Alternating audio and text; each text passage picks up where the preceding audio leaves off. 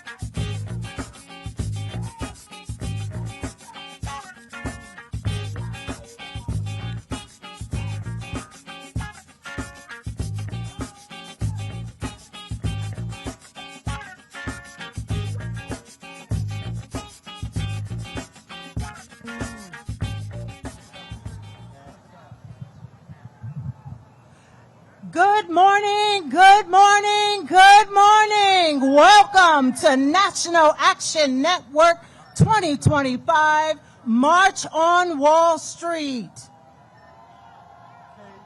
Please welcome the President of National Action Network Youth and College Division, Minister Christian Matthew.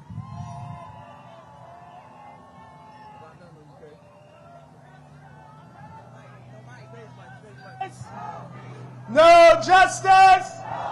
No justice! What do we want? What do we want? When do we want it?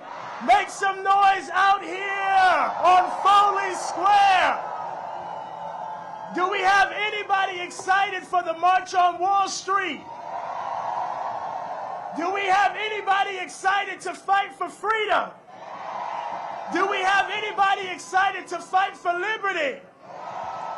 Look at the person next to you and say, we came to fight. And we came for good trouble. All right, now make some noise one more time. I am Christian Matthew, and it is an honor to stand here as we open up the 2025 March on Wall Street, as we are continuing to fight against everything that this administration is doing against diversity, equity, and inclusion. And when they try to silence us, we come to make some noise. That is why we are so grateful for our president and founder, the Reverend Dr. Al Sharpton, Reverend Dr. W. Franklin Richardson, all of the members of the board that said, let's not go to Washington, but let's go to Wall Street, and let's take our feet where the money is, and let's show them that we mean business. Because if they're going to use our dollars, they got to hear our mouths. If they got to use our dollars, they got to understand we're here to fight. You can't get rid of our presidents and think it's all right. We are going to stand up for our people no matter what.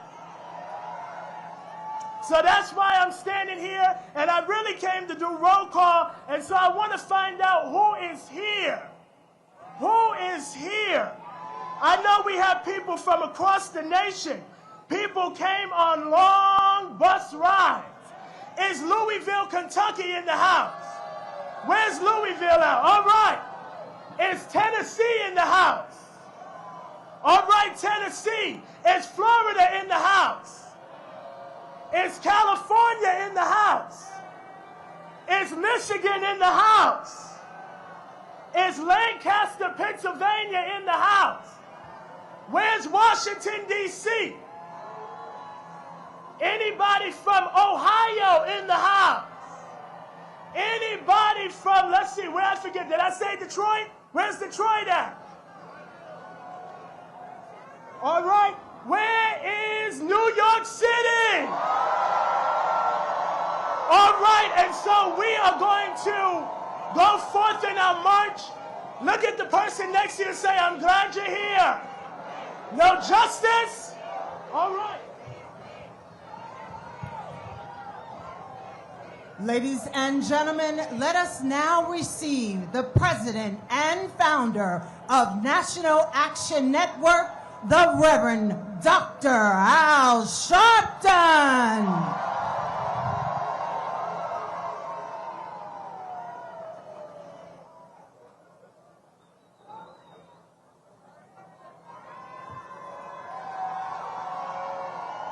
No justice.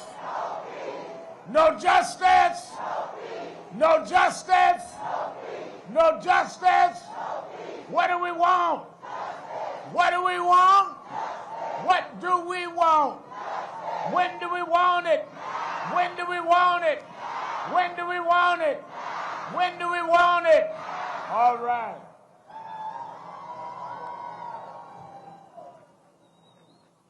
We are getting ready to line up. There's still buses on the road, but we come to show. They said nobody would come to Wall Street. Well, we here. We here by the thousands from all over the country. Let's welcome Martin Luther King III and Andrea Waters King.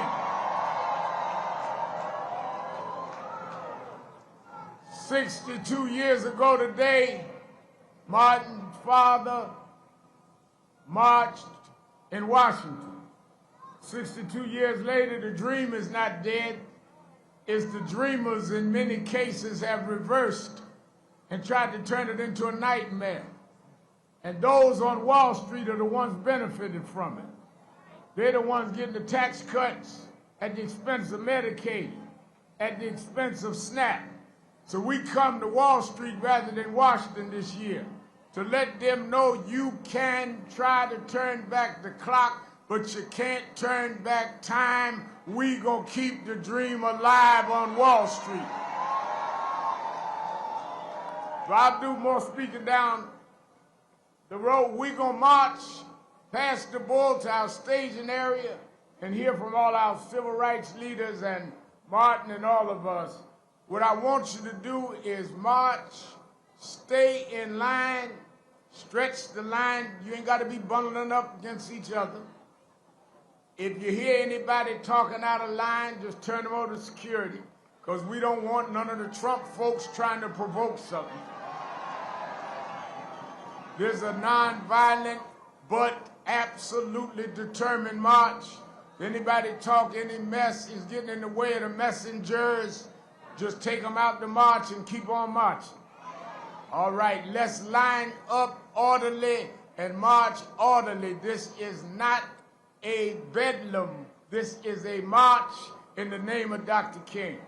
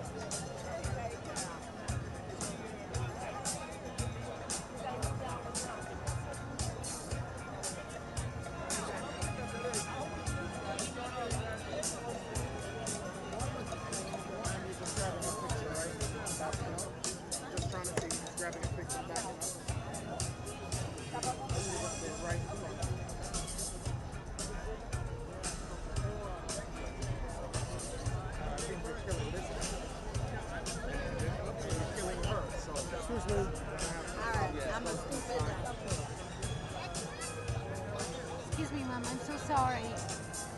I'm not standing here. I need folks in the front row to be crouched down or just set back. Thank you.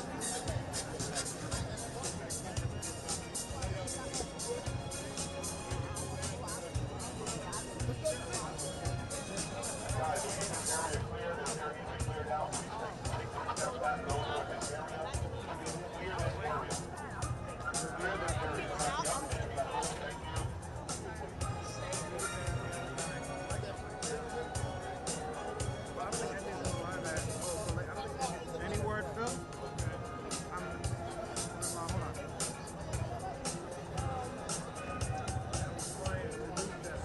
75. 75. Yeah, you want to have one of my guys get down, beat injured.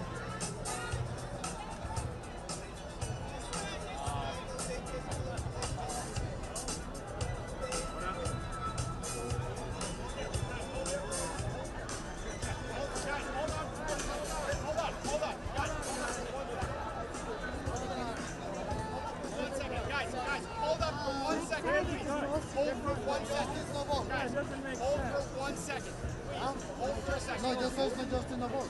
Guys, please hold for 1 second. Guys, I got it. You guys gotta just stay where you are for a second, okay? Guys, please hold. Guys, hold for 1 second. Guys, everybody just stay here for a second. Doesn't seem like he knows what he's doing.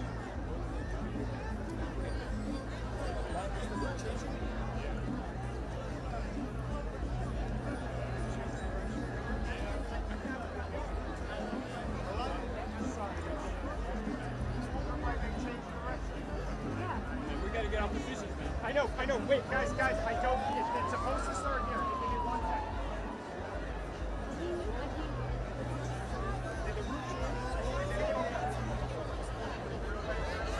Right away, please. Right away, please. Guys, please get back into your spots. Please get back into your spots. Wait, yeah.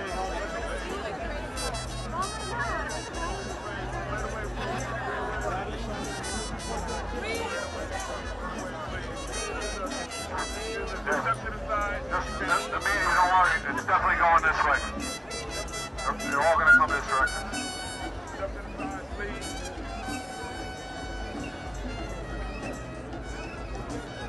Step to the side, please.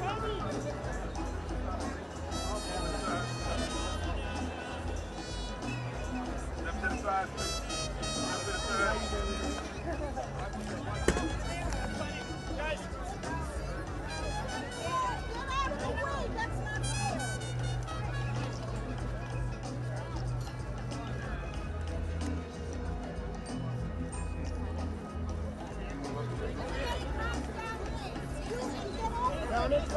Down in front, step in. To the right, to the right, to the right, to the right.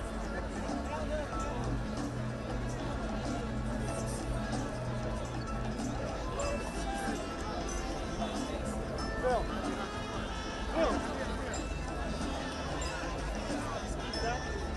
Remember to turn right.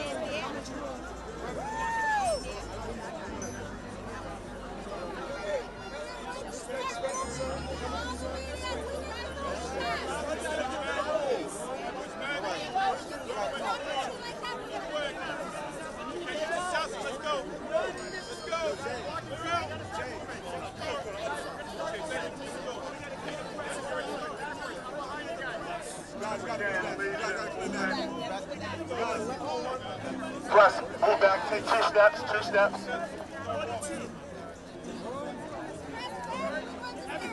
Press back, we're going to start walking. Press back, we're going to start walking. You gotta move. We have to march. You gotta move. Yes, you gotta move. Guys, let's move. Let's start moving. Guys. Damien, Rush, move back. Move back.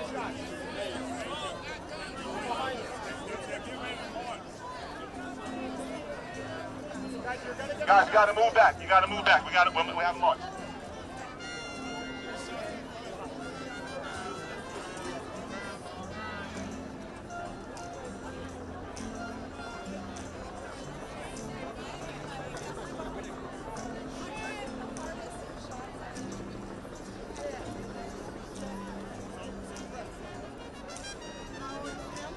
Yeah, I got him.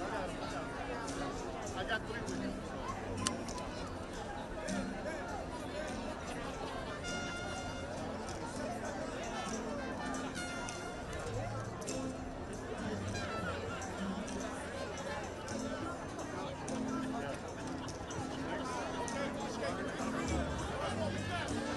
Guys, we're gonna start marching. Medial, walk back. Medial, walk back.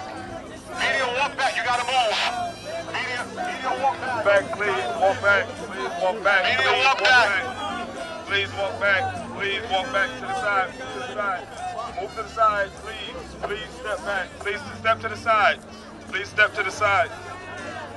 Please step to the side. Please step to the side. Please step to the side. Please step to the side. Please step to the side. Please step to the side. Please step to the side.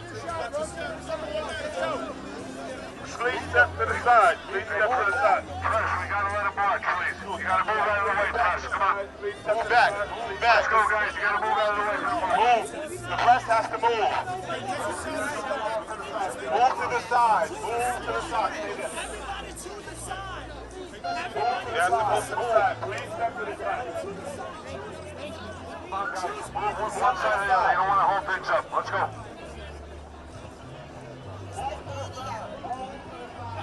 Move to the side. Move to the side. You have to move to the side. We're having a march. Please step to the side. Please step to the side. Move to the side. Guys, they're going to walk past you. You got to move. Guys, Please step to the side. they're going to walk right past you. Please step to the side. Please step to the side. Please step to the side. Please step to the side. Please step to the side. If you can, please get everyone to step to the side. Please step to the side. Everyone to the side. Please step to the side. Please step to the side. Please step to the side. Please step to the side. Please step to the side.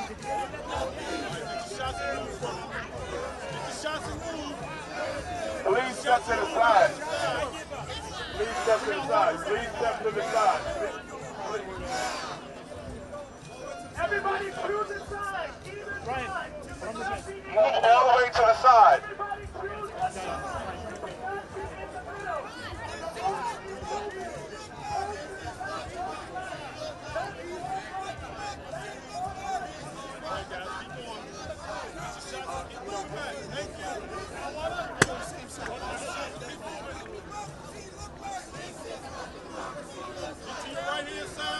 Please step to the side. Please step to the side. Please step to the side. Please step to the side as the march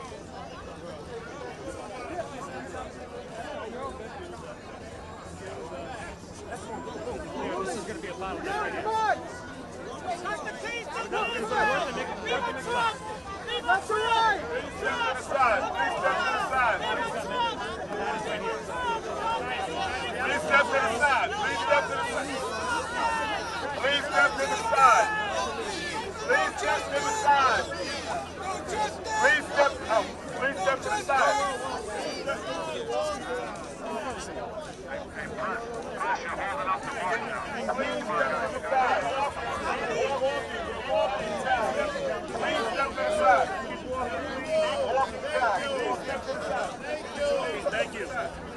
Keep walking. Thank you. Can you please step to the side? Can you please step to the side? Please step to the side. Please step to the side. Step to the side.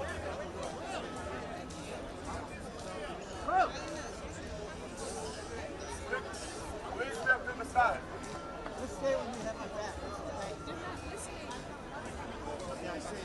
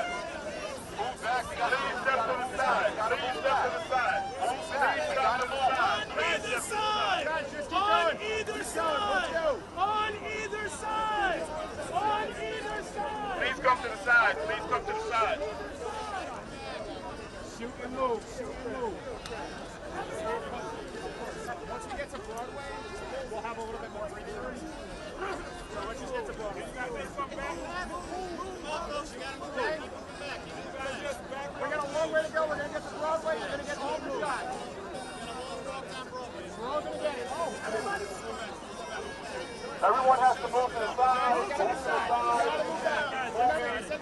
We're going to get it on Broadway. You're going to have plenty of shots on Broadway.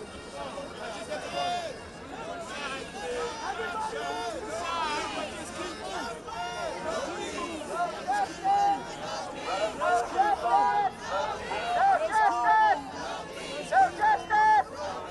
Let us move to the side.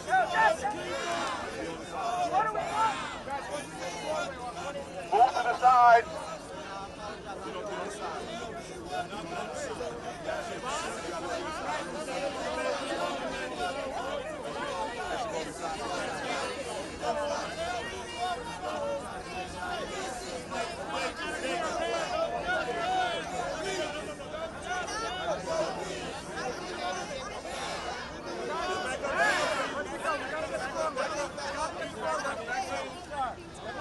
Guys, back up. Little more space. Little more space. Come on, we got to Broadway. We're not even to Broadway yet. Guys, get it to Broadway.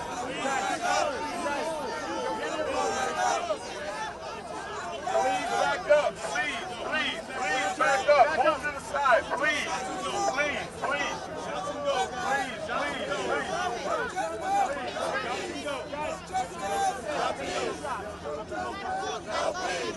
You're going to start turning. Let's go. Once we get to Broadway, it's a big three. Guys, let's go to Broadway. We can get it on Broadway.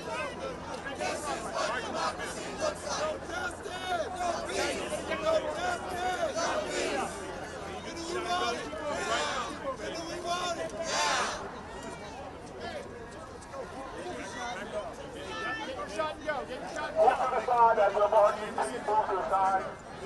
Hey, if you guys just kind of foul in and then you can back up and get shot. Okay? Still need that. Come on and take that shot right here. Hold on, yo. Hold, take the shot. Thank you, sir. Thank you. All right, they're moving. Okay, now we moving. Moving.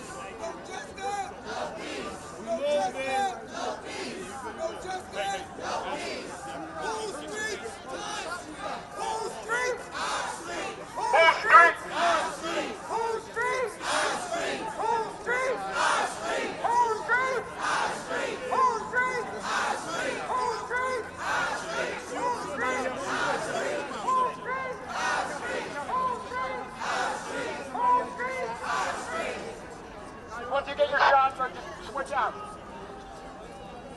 Stand to the side, please. Stand to the side, please. Stand to the side, please.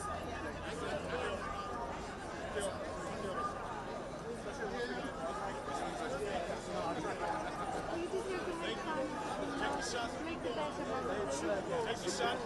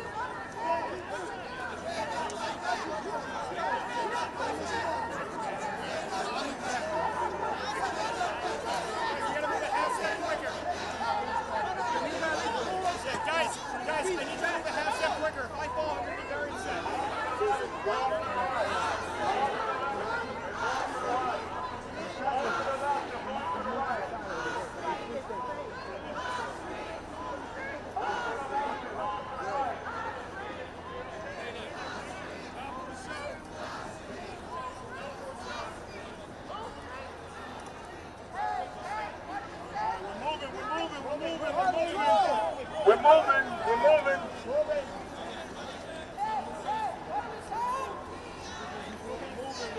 We're moving.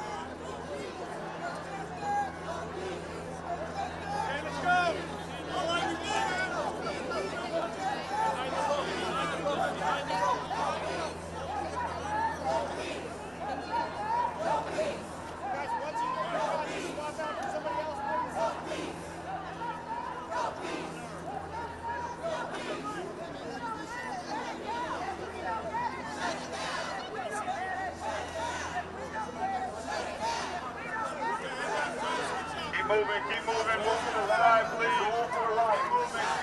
Keep moving open. Move to the left, move to the right. Move to the left, move to the right. Keep moving, please. Keep moving, keep moving. Keep moving, they're taking up speed.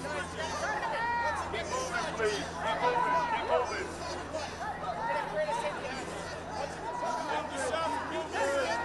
Keep moving, please. To the left, to the right.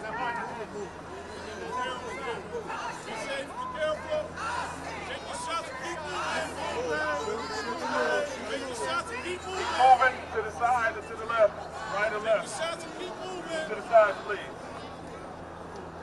Okay? Come get some shots. All right, get your picture.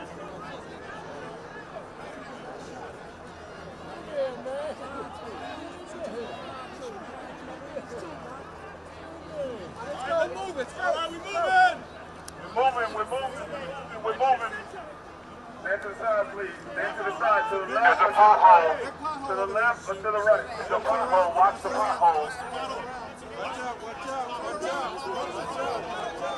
Watch the pothole.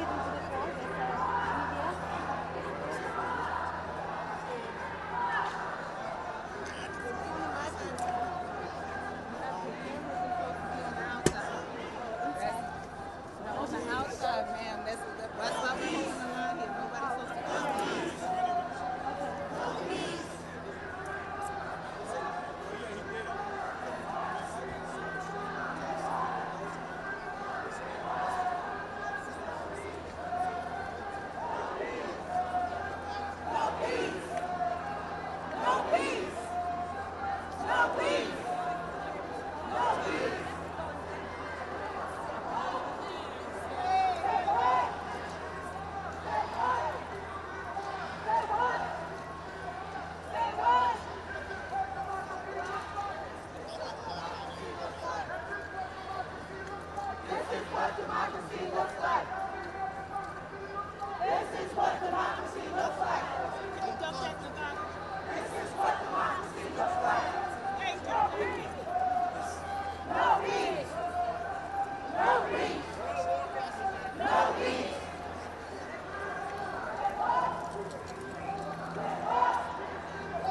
Say what?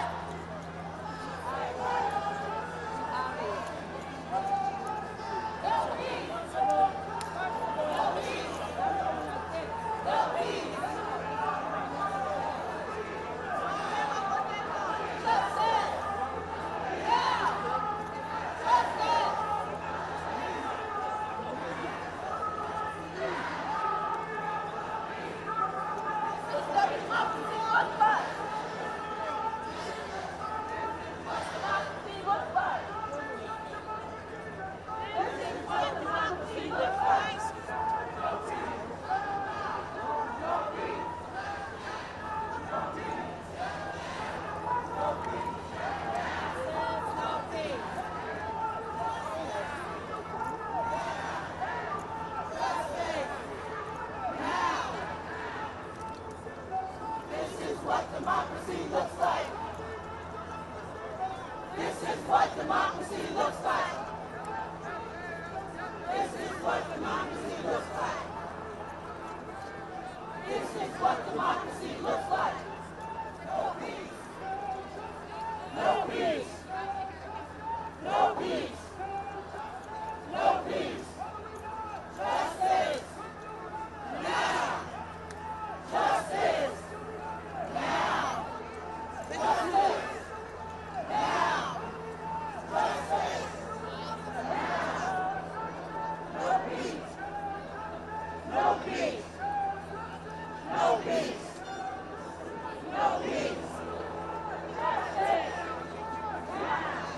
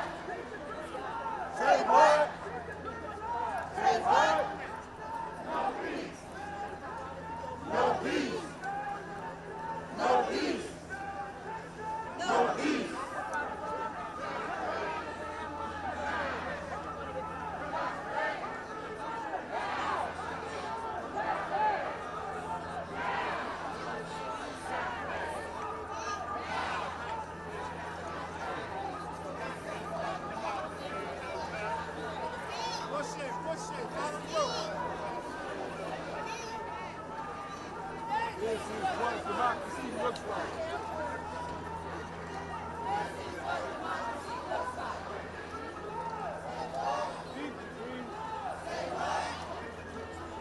Say what? Say what? Say what? Say what? Say what? Say what? No peace. No peace. No peace. No peace.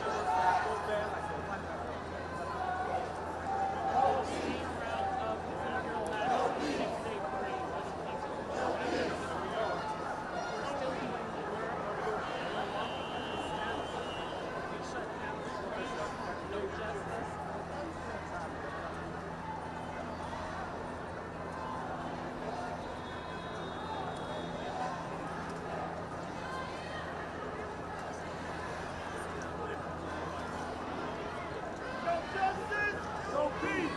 No justice, no peace. No justice, no peace.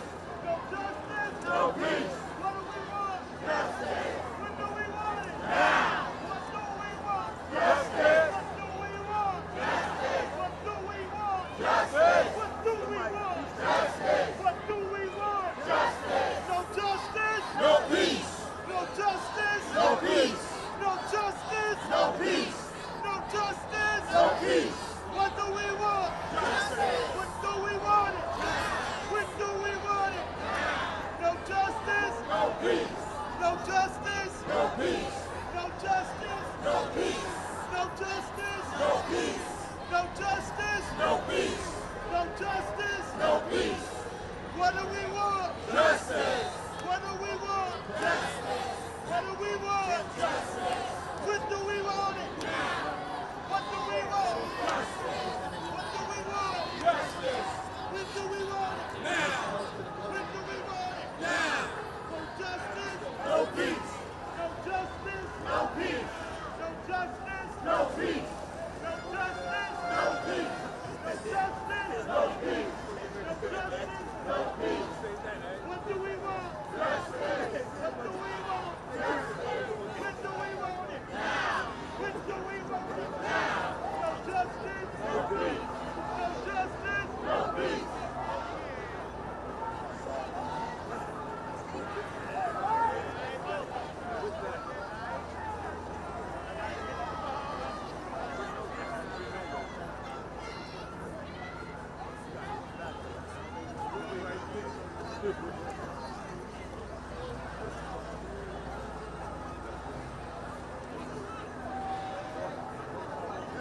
God is still in control.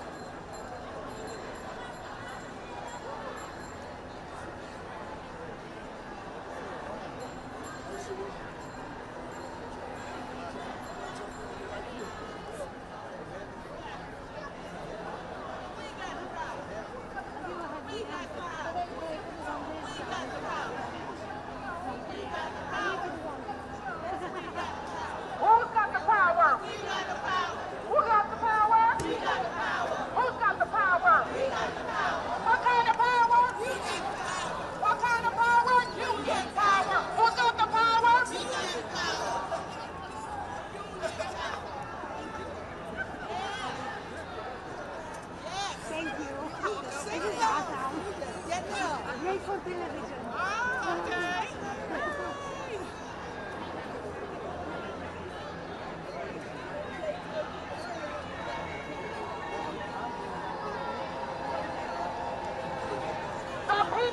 united will never be defeated. The people united will never be defeated. The people united will never be defeated. The people united will never be defeated. The people united will never be defeated. The people united will never be defeated. The people united will never be defeated. The people united will never be defeated. The people united will never be defeated. The people united will never be defeated. Woo!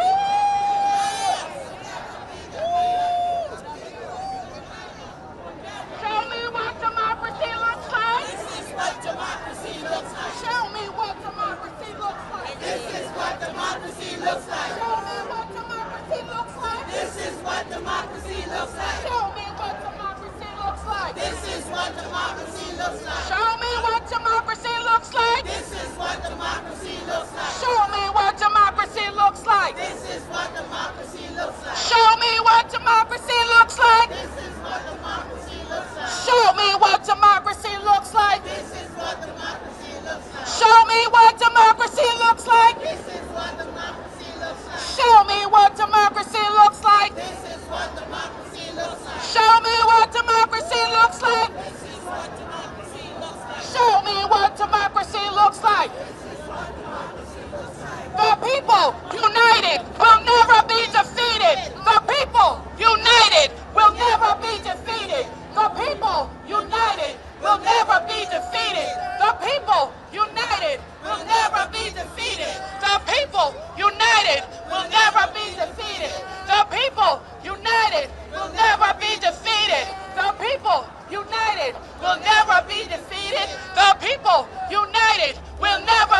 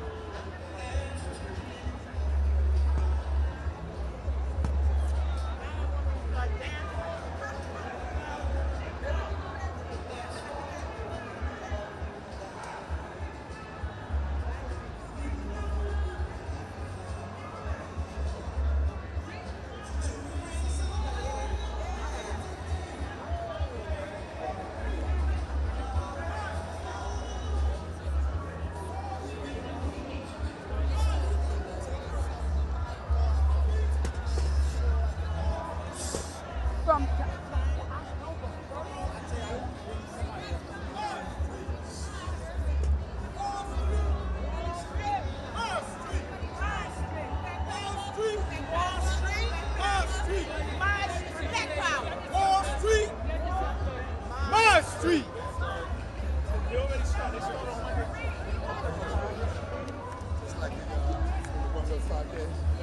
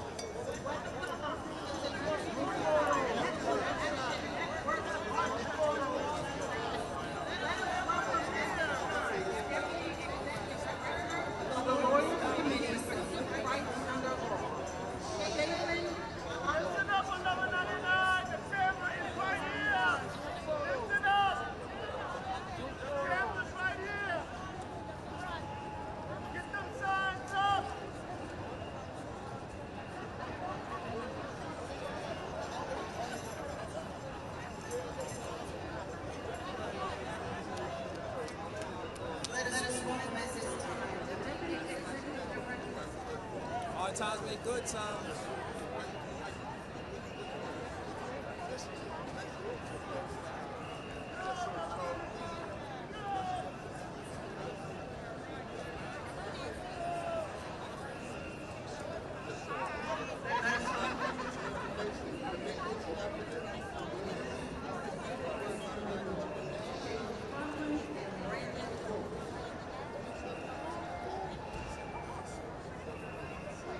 Thank you so much.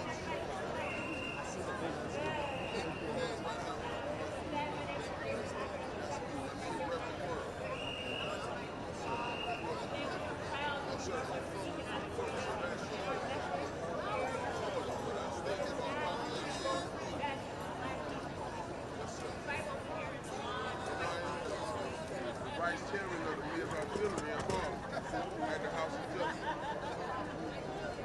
What's your name?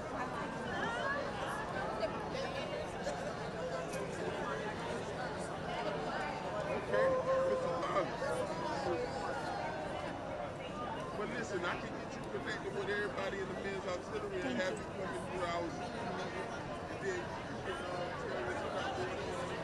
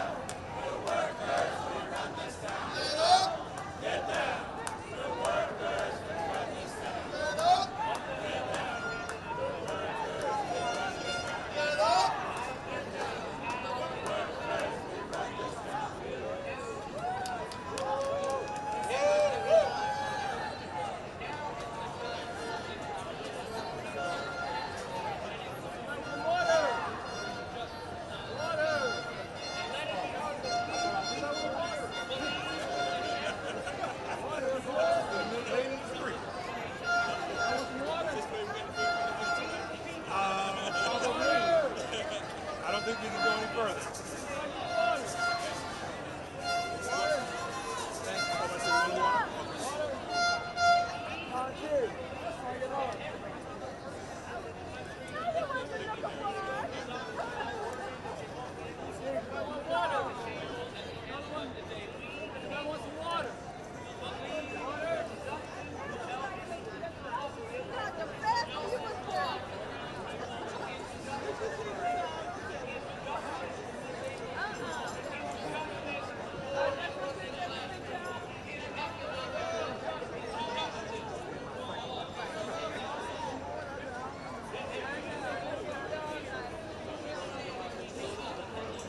We so rightly deserve.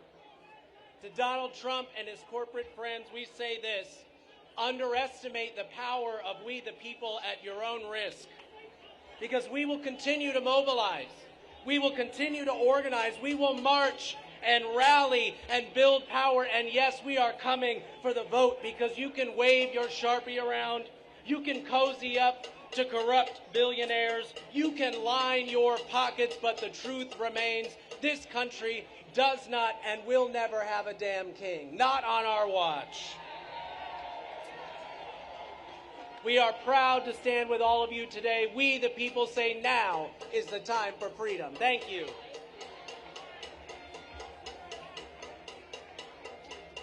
Let us welcome at this time, from the Security Division of 32BJ SEIU and State President of National Action Network in the state of Michigan, Alvin Carter and Reverend Charles Williams.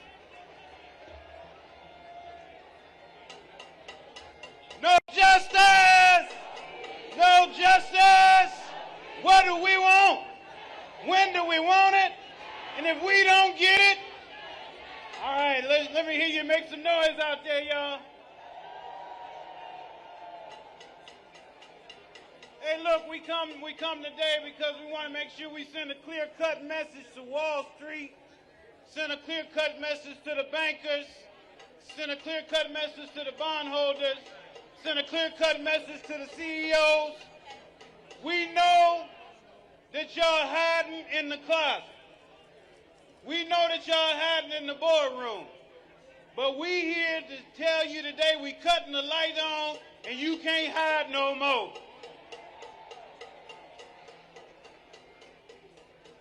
Some people would say, well, we just make money. That's all we do. But what we know is that you are the reason why we have legislators in Congress, in state legislatures today. You are the reason that we have folks who aren't voting for voting rights in the halls of Congress today, for the checks that you write to the political PACs that you support. And we come to Wall Street to let you know we see you and we gonna keep fighting until justice comes.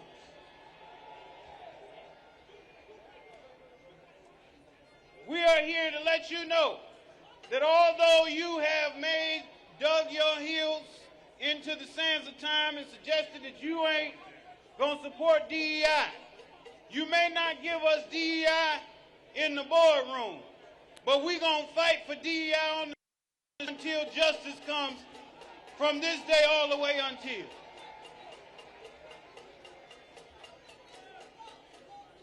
Some people say, well, our hands are tied. Ain't nothing we can do. It's funny to me that your hands is tied and nothing you can do, but when you want to raise prices, you raise prices. When you want to make money, you make money. We want DEI, and we're going to stand up and fight back until justice comes. Let me hear you make some noise. Let us now welcome the President and CEO of Unidos US and the President of APRI, Janet Maguria and Cleola Brown. Hola, buenos dias, buenas tardes, good afternoon. My name's Janet Maguria and I'm President and CEO of Unidos US, the largest Latino civil rights and advocacy organization in the country. I'm proud and honored to be here in solidarity with so many distinguished leaders and communities on the civil rights front. We are marching today for economic justice because civil rights are economic justice. Too many in our nation still struggle to find a job that can support their families, to put food on the table for their children, and to afford the high cost of housing and health care. And despite many promises, we've seen little to no action from those in power in Washington to help the majority of Americans who are coping with the rising cost of living and inflation. This is not fair. This is not justice. We need leaders to recommit to one of the most fundamental principles that has driven the civil rights movement since the beginning: equal opportunity. We want equal opportunity. You know, we cannot give in to the naysayers who are falsely claiming that our country's changing demographics are a problem. They are wrong, plain wrong. Companies know better than anybody that our communities are the current and future economic engine of this nation. We are the solution, not the problem. Just look at the numbers for proof. Together, Black, Asian American, and Latino communities make up nearly half of the American population. For those under the age of 18, we are already over half the children in this country. In short, we are America's future workers, business owners, taxpayers, and customers. And despite the lack of full economic justice, our spending power is equivalent to the third largest GDP in the world. Imagine what would happen if we gave those in all communities equal opportunities. Imagine how much more we will contribute to the well-being of the American economy. This is the message I want to send to those on Wall Street. We have choices when we use our spending power. Work with us, include us, invest in us. If you do, we all win. It's not only the right thing to do, it's the smart thing to do for your bottom line. And if you care about your bottom line, you should call out policies and actions that are contrary to our country's economic interests.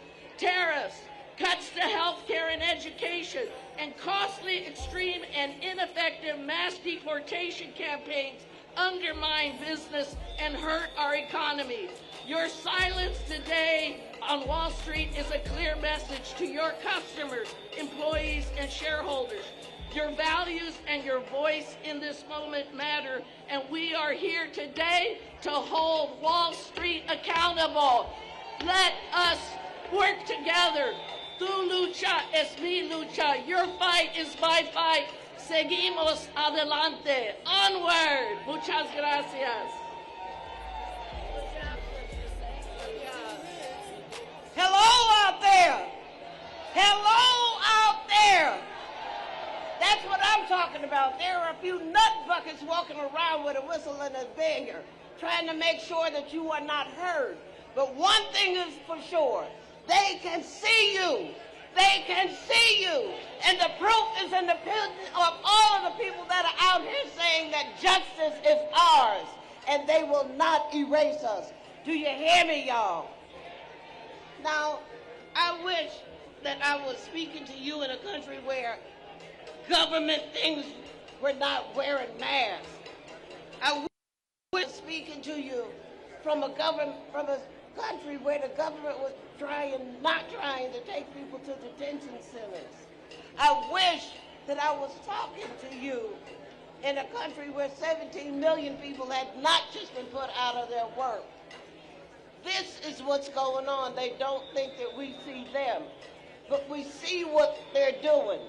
And all the whistles they got and all the cowbells they have will not stop us. They want the history of who we are to disappear. Our job is to make sure that that does not happen. They have to understand that the White House that they're sitting in was built by people that look like this right here. Now that's a fact. If we take a look at who we are and what we built as a country, that dream that they may have is far from the dream that has anything to do with democracy.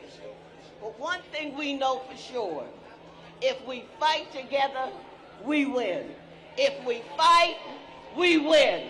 If we fight, we win. Can I hear you? If we fight, we win. If we fight, and that's what this march is all about. Walk together, children, and don't you get tired. This ain't no long speech, but it's a long journey, and we are fit for the job. God bless you for being here today. Thank you all so very much.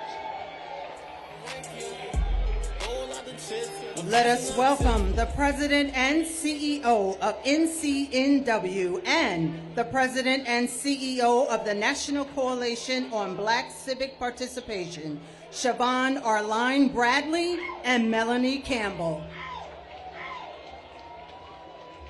Good morning, good morning, good morning. We are here standing on sacred ground for the people. We are here, NCNW, aligned with 318,000 black women that have lost their jobs in the last 7 months. We are here standing for DEI because DEI is as American as apple pie. And I'm telling you, diversity, equity, and inclusion is for all people. We're here calling on corporations. If you're not with us, we're not with you. So I want you to stand with us today. No justice. No justice. God bless you. Let's stay in the streets. I don't know. That's happening. All right, how you doing? How you doing, New York? Are you ready to fight? Are you ready to win? I'm Melanie Campbell, and I am here representing the Black Women's Roundtable and National Coalition. Look, New York, y'all know how to have a march, and we marched today. We put it out, and we let them know we're not going nowhere. Say it with me. We will not be erased. We will not be erased. We will not be erased. We will not be erased. We will not go back. We will not go back. We built this country. We built this country. Black and brown and young and old, LGBTQ, faith, all of us. We are America. Say it with me. We are America. We are America. power, we will win, and we will send it all the way. We built the White House. You just borrowing it, baby. We will be back. Peace and power. Let us now welcome the International President of Zeta Phi Beta Incorporated and the Secretary Treasurer of NEA, Dr. Stacy N.C. Grant and Noel Candelaria.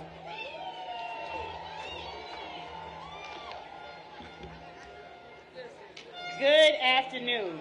As I've been reflecting on where we are today as a nation and as a people, I'm reminded of Proverbs 21:15. When justice is done, good people are happy, but evil people are ruined. I'll say it again. When justice is done, good people are happy, but evil people are ruined. I don't have to tell you that there's a whole lot of evil happening right now in our nation. I want to give my personal condolences on behalf of Zeta Phi Beta Sorority Incorporated and the Divine Nine Council of Presidents to the families of the 2 children, our precious babies, who were killed, those who were injured at the Adjudication Catholic School in Minneapolis yesterday. Dr. King said, injustice anywhere is a threat to justice. So while we may be on Wall Street today, that doesn't mean that fighting for gun safety is any less important. Government and corporate DEI rollbacks are disproportionately harming Black women, especially by affecting access to capital, promotions, and equitable work environments. More than 300,000 Black women have been pushed out of the workforce in the last 90 days. But we are strong people. Say strong people. We are faithful people. Say faithful people. And we don't play about our money. Friends, we have been here before. The players may be a little different, the circumstances may be different, but this is nothing new. As A. Philip Randolph, my Sigma brother, said, the founder of Brotherhood of Sleeping Car Porters, threatened to march on Washington to highlight exclusion of African Americans from the defense industry. And do you know that what he had to do to threat to march was an executive order stating that there should be no discrimination in the employment of workers in defense industries, government, or before. So on August 28, 1963, as we know, more than 200,000 demonstrators took part in the March on Washington for Jobs and Freedom, which successfully pressured Kennedy on civil rights. We've come together before, just like today. In 2025, this March on Wall Street is to stand up for economic justice. I am the proud Vice Chair of the Divine Nine Council of Presidents and the International President of Zeta Phi Beta Sorority Incorporated, and through the extraordinary power of SHE, social, health, and economic justice, we tackle and head on the root causes of economic justice, from financial literacy for youth to entrepreneurship for women. So we stand with National Action Network and our partners to demand the justice to do the work. We are strong people. Say strong people. We are faithful people. Say faithful people. We don't play about our money. Say we don't play about our money. And we will march till victory is won.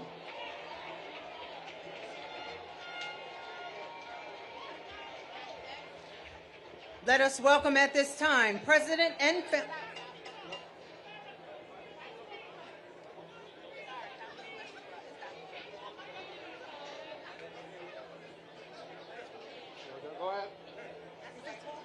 Good morning, New York! Buenos dias, New York! I am Noel Candelaria. I'm a high school special education teacher from El Paso, Texas, and I am here with the National Education Association as the Secretary-Treasurer of the largest labor union in this country. Hermanos y hermanas, as an educator, I see every single day how inequity shows up in our classrooms. I see program cuts. I see our colleagues leaving our classrooms because they can't afford to stay in the profession. Our students are walking in carrying the weight of their families struggling with them every single day.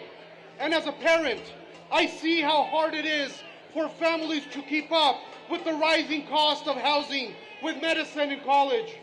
But we are doing everything we can, and still we see a system that is rigged against each and every one of us.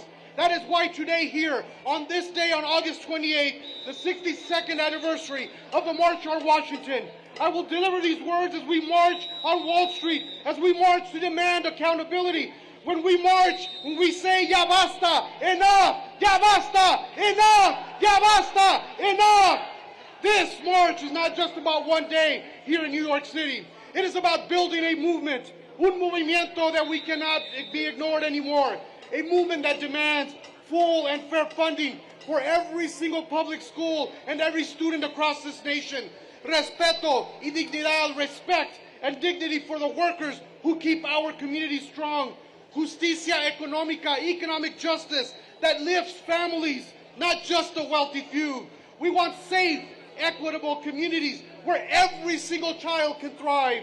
The original march in Washington called for both civil rights and economic justice, and today we are here to call the same.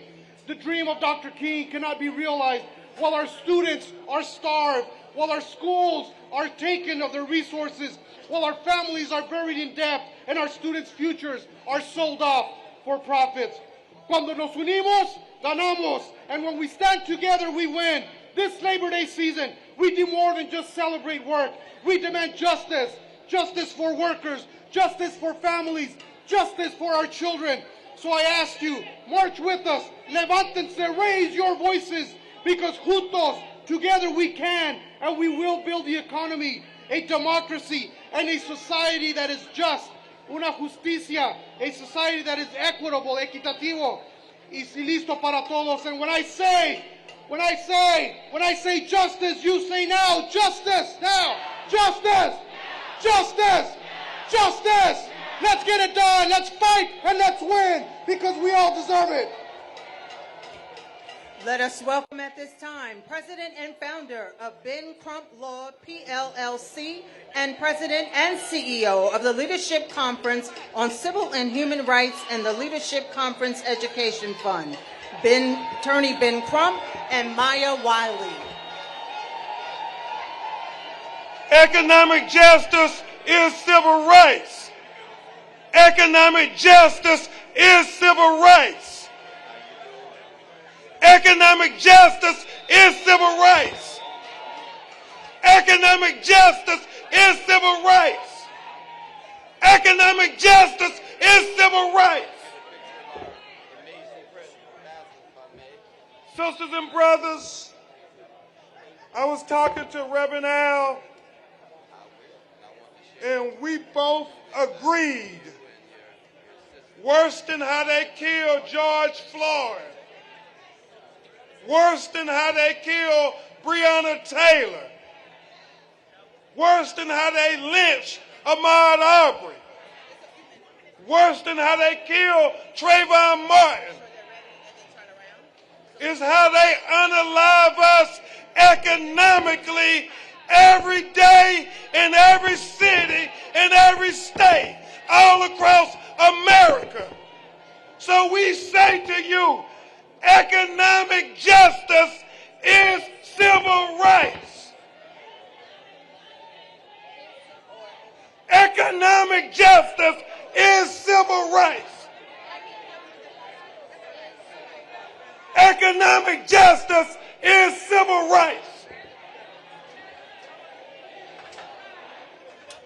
So, as Reverend Al proclaims me to be Black America's Attorney General, I'm going to make the case in 3 points. And if you don't remember anything else I say, sisters and brothers, I want you all to remember this. Financial freedom helps make all of the other freedoms more than just a dream. Maya, they have to understand that economic justice makes all the other justices more than just a dream. And sisters and brothers, my Lord, having equal opportunity and access to capital gives us a better chance at generational wealth where it's not just a dream. Because we have to be willing to stand up for our black children's future. We have to be willing to speak up for our black children's future. And we have to be willing to fight for our black children's future. Because if we ain't willing to fight for our black children's future, we can't expect nobody else to fight for our black children's future. Are y'all ready to fight? Are y'all ready to fight? Are y'all ready to fight? Y'all ain't scared. Y'all ain't scared. Y'all ain't scared. Because if you're scared, get out the way and let us who ain't scared get ready to fight for our black children. Thank you. I rest my case. Attorney General has a nice ring to it when you put Ben Crump's name behind it. So let me just say this. Let me just say this. When you see qualified, you are looking in the mirror. Amen. When you see qualified, you are looking in the mirror. Yes, ma'am. Do you know who marched with us today? Representative MacGyver, who was arrested for trying to protect our rights, and she is qualified. Yes. Yes, she is. Someone else we need to call out. Governor Lisa Cook, a sister and the first black woman on the Fed, is qualified. Now they are trying to claim that she is somehow not. But I say this and I share these names for this reason. When they come for one of us, they come for all of us. When we say we are qualified, that means we are the future of this country. That means we know how to lead. Yes. We know how to found businesses. Yes. We know how to create jobs. Yes. We know the value of an education, and we know something else. We know when people think that they can get ahead by pulling us down. That part. Because when they say they're coming for diversity and equity and inclusion and accessibility, guess what they're really coming for? Us. And guess why they are coming? Because we are qualified. Because we lead. Because we found businesses. Because we created this country. We built this country. And we will not let anyone take it from us. So I say with my Attorney General, economic justice is civil rights. Economic justice is civil rights. Economic justice is civil rights.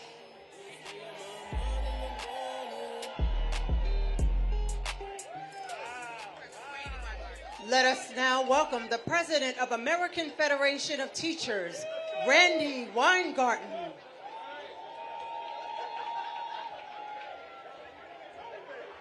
Okay, when was the last time most of us were on Wall Street? Not for a long time. But this is where the billionaires live. This is what we must fight. Because this country must be about jobs and justice. Can I hear an amen for that? This country must be about fairness. This country must be freedom. This country must be about workers and what workers do. Are you with me? So what's happening today? The reason is because we are saying to the billionaire class, we are saying to the people on Wall Street, you need to be fairer. You need to fight for all of us in America, not just yourself. We need legislation that creates a workers' tax cut. We need health care that includes more people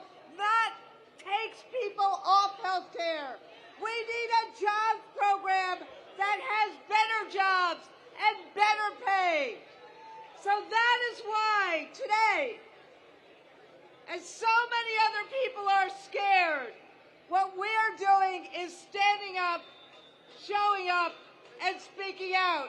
Are you with me? We need to strengthen, not abandon public education. Are you with me? We need college that is affordable. Are you with me? We need health care that is affordable. Are you with me? We need Social Security that is there for our children and our grandchildren. Are you with me? This is not a radical agenda. This is the labor movement's agenda. This is our agenda. This was the agenda in the '63 March. Are you ready to fight for it? Are you ready to fight hard? Are you ready to speak out? Are you ready to show up? Are you ready to stand up? Are you ready to vote? Solidarity.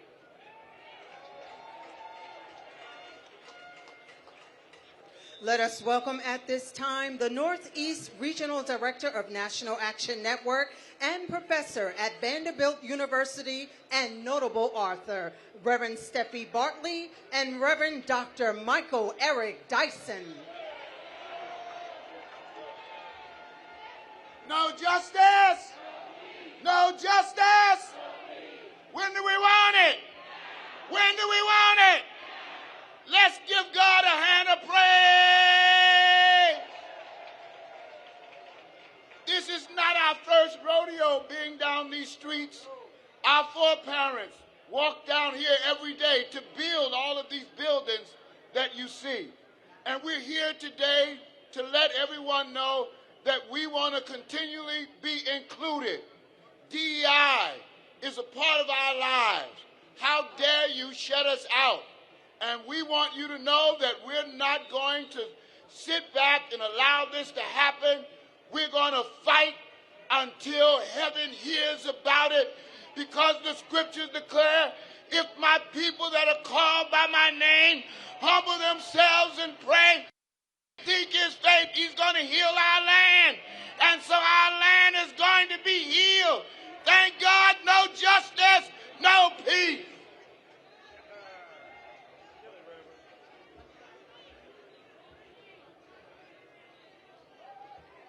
We ain't gonna let no petty, petulant, pugnacious, prevaricating president tell us that we ain't qualified. We have the most unqualified, incompetent, nitwittery, nincompookery, dumbassery that has prevailed in this nation's history.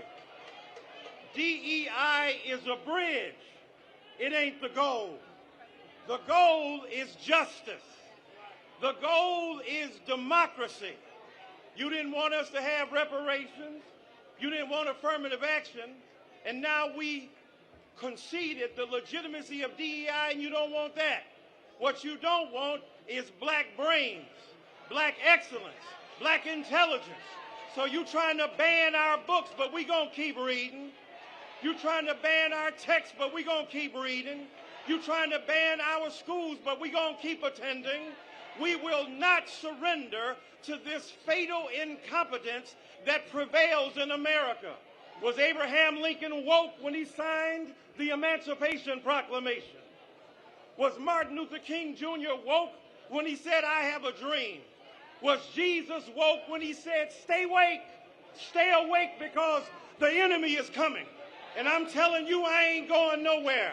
I'm going to stay woke. I'm going to keep waking up every morning that God gives me breath.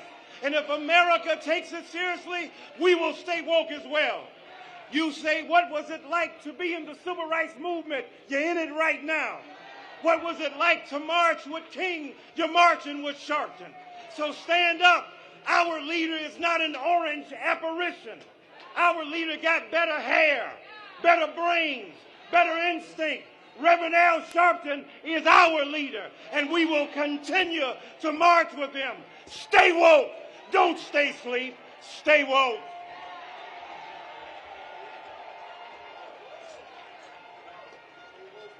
Let us welcome at this time the Mayor of Newark, New Jersey, the Honorable Raz J. Baraka. No justice! No justice! You guys look good out there. Somebody asked me why we were on Wall Street today. I said we are here because we are standing on the hallowed grounds of our ancestors, and we demand reparations now and reparations forever. We want reparations for slavery. We want reparations for every Sambo, for every bad book that they put out, for every bad image that they made for us. We want reparations because they stole housing from us, because they burned down Black Wall Street. We want reparations for our children and our children's children. And if we don't get reparations, then we should be out here as often as we possibly can. We are here because our ancestors demand that we be here, because the times demand that we be here, because every mayor in every city in America should be rising up right now as Donald Trump tries to send the National Guard into our communities. We are here as they create the biggest transference of wealth this country has ever seen. Our mothers can't afford child care. Our children can't afford health care. We can't go to schools that are diverse, that are equitable, that are full of inclusion. We are here because we don't have a choice to be here. We are here because our future demands us to be here. We're here because we're black, because we're beautiful, because we're proud, because we stand on what we believe in, because we love our community, we love our city, we love our family, we love this country. We're going to love it until it loves us back. God bless y'all.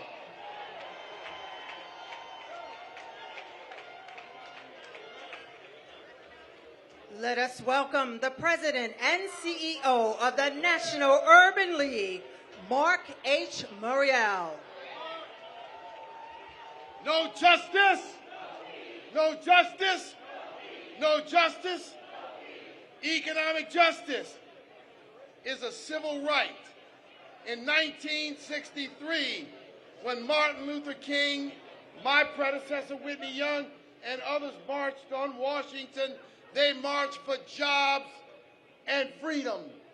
In 2025, we say no to the tariff turmoil that makes food and household items more expensive. We say no to the big, ugly bill that shifts wealth from working men and women to 1,000 billionaires in America. We say no to a tax on health care, Medicaid, SNAP, and food stamps, which will make America less healthy and more hungry. We say no to the smear campaign against black women like Lisa Cook, a governor of the Federal Reserve. We say no to smear campaigns that seek to make diversity, equity, and inclusion and equal opportunity a bad thing in America. And we say no to the retreat in this nation, to the commitment, which is our birthright, from the Emancipation Proclamation, to the 13th, 14th, and 15th Amendments, to the Civil Rights Act of '64, to the Voting Rights Act, to the commitments made after the tragic murder of George Floyd. Now we have a message for Wall Street today. $6 trillion is the spending number for blacks and Latinos. If you add Asians and LGBTQ, that number is $8 trillion. Together we are larger as an economy than any country but China and the United States. We say to Wall Street, understand that by 2030, 40% of all new mortgage originations will be from blacks, Latinos, and Asians. Diversity, equity, and inclusion is not a slogan, it's a bridge, but it also is about growth, it's about jobs, and it's about justice. With DE&I, with diversity, equity, and inclusion, the American economy can grow. We say yes to the defense of American democracy. We say yes as we demand diversity. We say yes as we defeat poverty in this country. Today we stand up. We stand up to this awful effort to return white nationalism as the guiding principle of this nation. We say yes. Diversity, equity, and inclusion today, diversity, equity, and inclusion tomorrow, and diversity, equity, inclusion forever. My name is Mark Morial. I lead the National Urban League, and I authorize this message.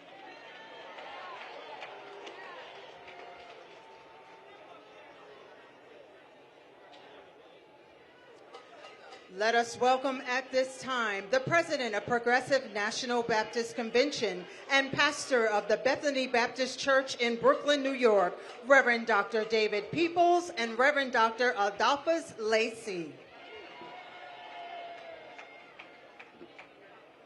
Proverbs 29:2 says, when the righteous are in authority, the people rejoice, but when the wicked bear rule, the people mourn. The people mourn over illegal and unnecessary occupancies of cities across this country. The people mourn that the cities that this administration have intentionally targeted are led by black people. The people mourn over the assault of women's rights over their body and health care. The people mourn how a convicted felon can be president of the United States and pardon insurrectionists on January 6th, while innocent black people are subjected to stop and frisk because of the color of their skin.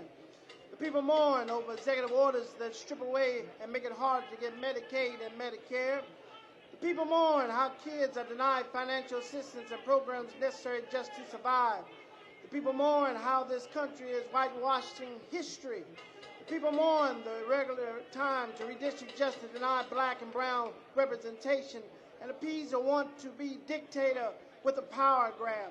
The people mourn at companies that do away with diversity, equity, and inclusion because of upheaval of racism, sexism, and blatant assault on opportunity for all. The people mourn at how companies can fund a presidential inauguration and military parade but cut jobs that affect the middle and poor class. People mourn how CEOs play musical chairs with other positions and organizations while not having a diverse leadership and playing with people who patronize their stores. The people mourn how a president is illegal attempting to fire Lisa Cook, the first black woman to be appointed to be Board of Governors to the Federal Reserve, on a Trump-up allegation, while Trump has been found guilty of false and misleading financial statements in business here in New York. There is a wickedness, there is a recklessness, there is a foolishness in office and seats of power across this country. So as the President of the Progressive National Baptist Convention, the denominational home of Dr. Martin Luther King Jr., in the spirit of Dr. William Augustus Jones and Dr. Gardner Taylor and Dr. Nanny Helen Burrow and millions around this country, we stand with our brothers and sisters today to say that what the Lord requires, that is to do justice and walk humbly and love mercy. We won't be distracted. Our eyes are wide open. We have woke up a giant of people who have been through worse. Through many dangers, toils, and snares, we have already come. So this march is not a reaction, it's a response to corporate irresponsibility. And each of our presenters have challenged us to stop shopping where we can't work or where our people work without dignity, whether through slave wages or prison labor. We have identified corporations that must repent and repair, starting with eternal policy reform and real community reinvestment. Like Moses, we say, let our people go. And if they refuse, we fast. If we withhold our dollars until they honor our dignity, we need to show our power. So I'm asking you today, stand with us, speak truth with us. We don't just have a message, we have a movement. No justice, no justice. We are here today with open eyes and steady feet. We did not come to beg, we came to build. We march today because the cavalry is not coming. There will be no bailout for the brokenhearted, no rescue package for the oppressed, no miracle vote for the marginalized. There is no cavalry because we are the cavalry, and we always have been. Like David standing in the valley before Goliath, we raise the question across generations, is there not a cause? Yes, there is a cause. There was a cause when are slashed while stock markets soar. There is a cause when corporate greed is baptized as ambition and poverty is criminalized as laziness. There is a cause when black and brown bodies become collateral damage for Wall Street portfolios. While others have hoarded, we have healed. While systems stole, we sowed seeds of survival. While they built empires on our backs, we built community with our bare hands. So we're not waiting, because waiting is a luxury we can no longer afford. And wishing is not a strategy. Beloved, we are the ones we've been waiting for. We are the fire that won't put out.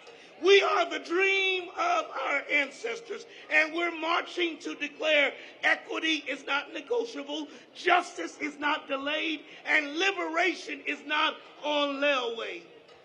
So let's be clear, because we have always been enough. We have always built what we needed when no one else showed up, and we have to do it again. So march on with memory in your bones. March on with power in your posture. March on with purpose in every step. Amen and ashe, ashe, ashe.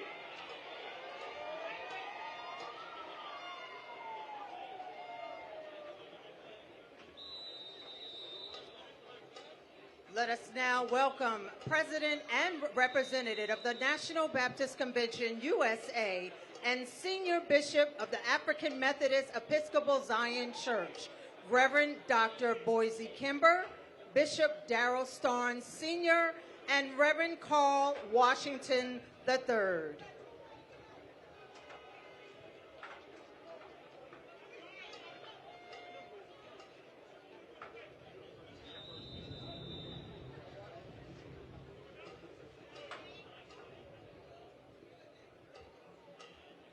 Join me in a word of prayer for this occasion. Lord, we pray for the healing of the soul of our nation from the disease of human exploitation and its root cause, the love of money, which induced Europeans to establish the transatlantic slave trade enterprise and to colonize continents to access their natural resources, which drove American companies to move their factories overseas, swelling their profits through cheap labor, but damaging our U.S. economy and devastating so many of our U.S. cities, which drives companies and persons today to profit from mass incarceration, organized crime, gambling, illegal drugs, pornography, and the sex slave industry, and to pay lobbyists to funnel money to our legislators to pass laws that benefit the wealthy to the detriment of the poor, the middle class, and the environment. Lord, we Americans must repent of 400 years of the inhumane treatment of Native Americans, of 250 years of the capture, brutal transport, and enslavement of blacks, and of 150 years of the lynching and killing of blacks. Lord, we must repent of 100 years of segregation, inequality, injustice, and discrimination, and of 50 years of the mass incarceration of blacks and people of color.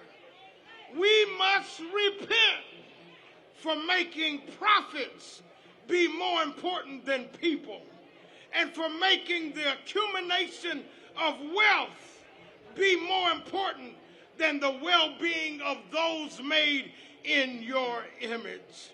Lord, teach us that we don't have to exploit people to excel economically, and to be content with what you give us through honest means. Teach us to run from greed, covetousness, idolatry, and exploitation of others, and to run after righteousness, a godly life, faith, love, and perseverance. And finally, Lord, heal the soul of our nation. Heal the hearts of those who have exploited and of those who have been exploited, so we can forgive each other and champion the cause of the oppressed. In the name of Jesus we pray. Amen.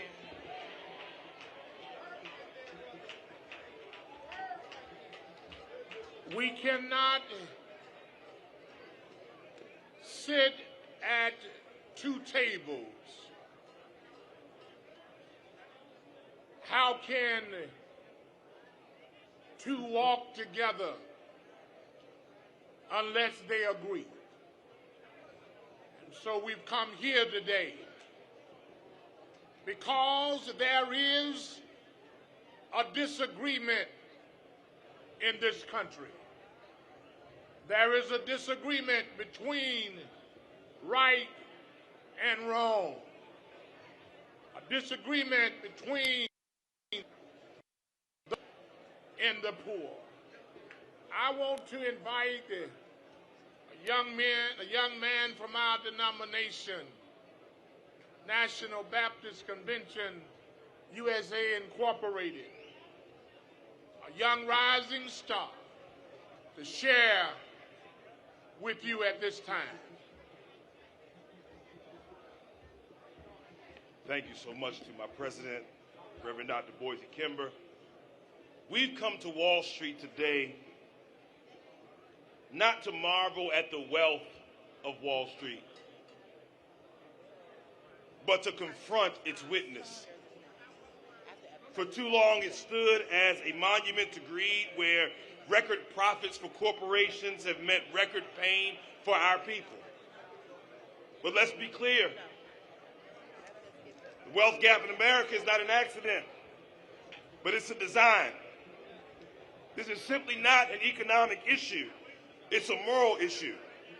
Financial disparity is measured not only in dollars, but in the dignity denied to mothers who work full-time yet cannot afford childcare. We need to name this issue.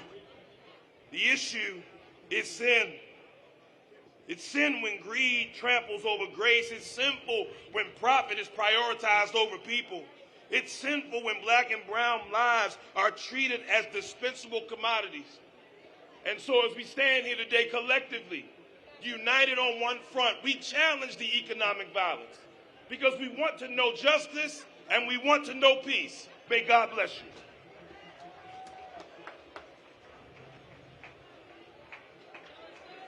Ladies and gentlemen, we are literally 10 minutes away from hearing from Martin Luther King III and Reverend Dr. Al Sharpton.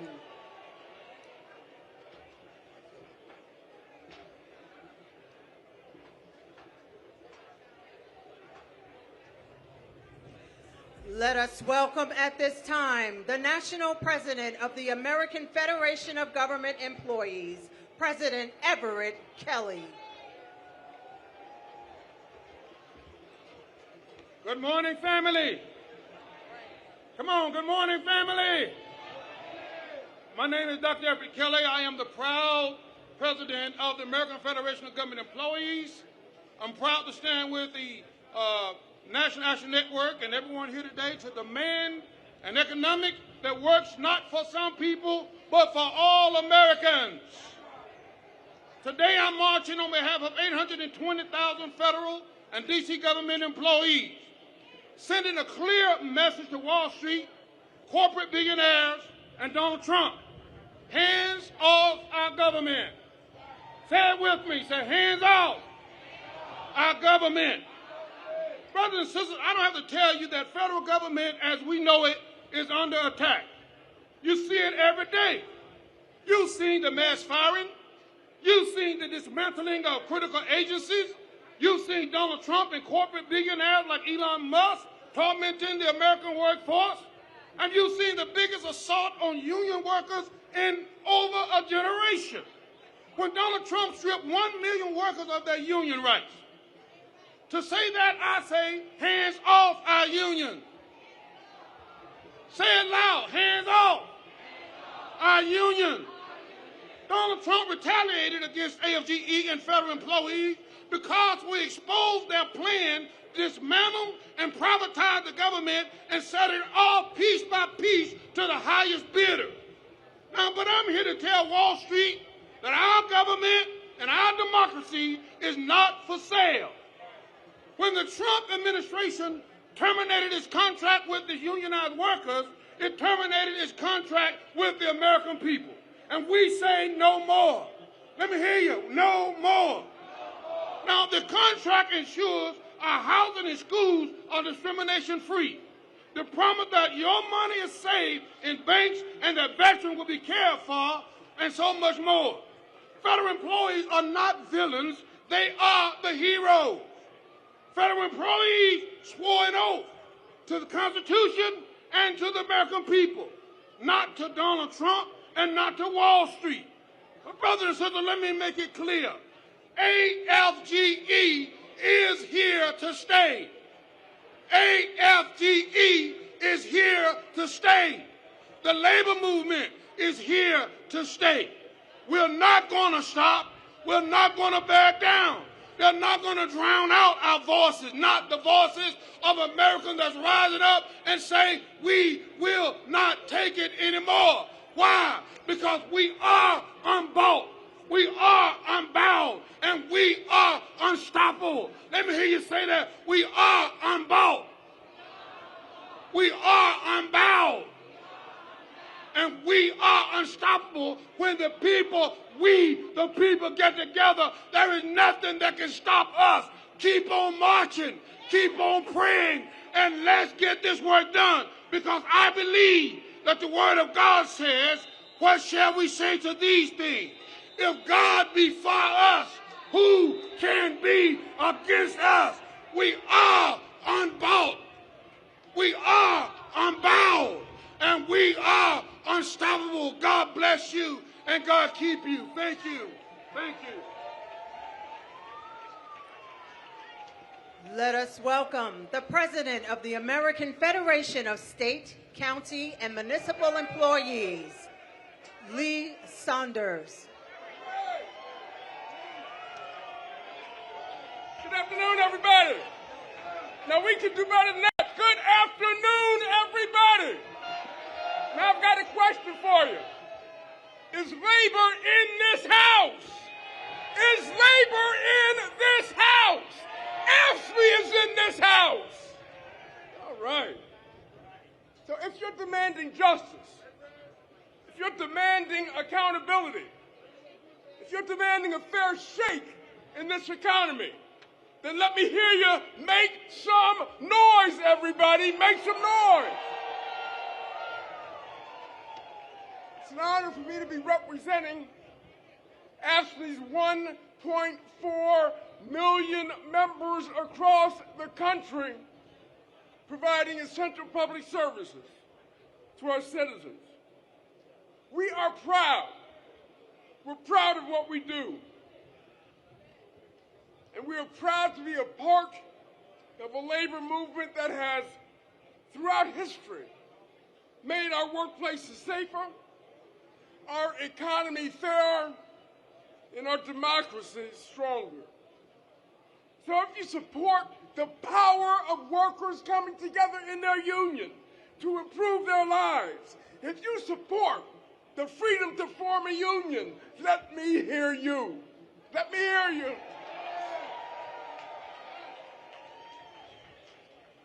You know, today marks 62 years since the March on Washington, when Dr. King shared his powerful dream. He spoke of the promise of America, the promise of equality, dignity, and opportunity for all, and how it remained unfulfilled for far too many. He said that our country had written its citizens of color a bad check, wrote a bad check, a check that came back marked insufficient funds. And here we are. Here we are more than 6 decades later, working people of all backgrounds, coming together as we should, and still fighting to cash that check. And that is why that we are here on Wall Street today. Because if anyone has the power to make good on that check, it is the billionaire bankers and big corporations right here at the helm of our economy. And let me be clear. I want to be real clear about this. Wall Street has been complicit in the Trump administration's ruthless attacks on workers from day one. Make no mistake about it.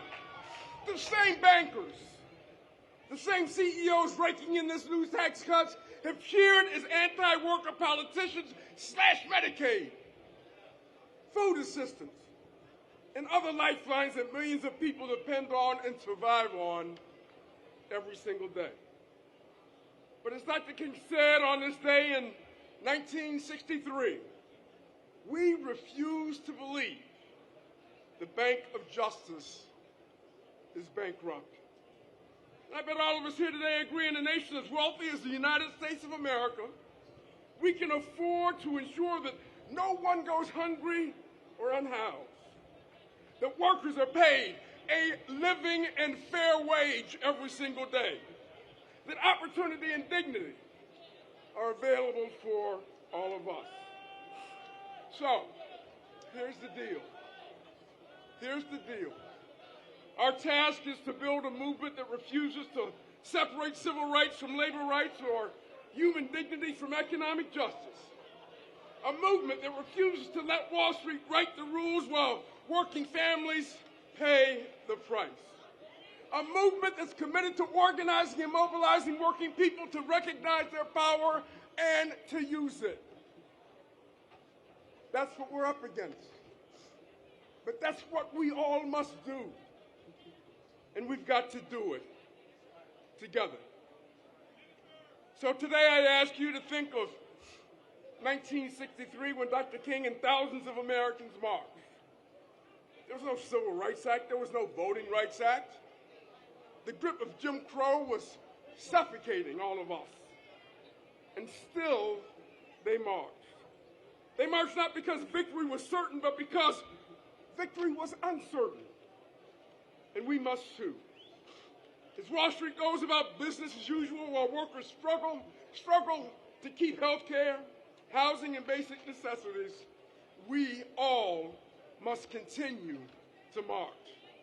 As immigrant workers and people of color are targeted and detained with no due process, all of us collectively must march. As our voting rights are attacked and electoral districts are cynically rewritten, we all must march. Now, my union is proud to stand with all of you, and we are proud to be a part of this fight. This is what power looks like. Look around you. This is what power looks like. Let's use that power. Let's use that power. This march does not end today. It's only just beginning. We will not stop marching. We will not stop mobilizing. We will not stop agitating, educating, and organizing. We will not stop. This is just the beginning for us. We're going to fight like hell every single day until we win. Thank you.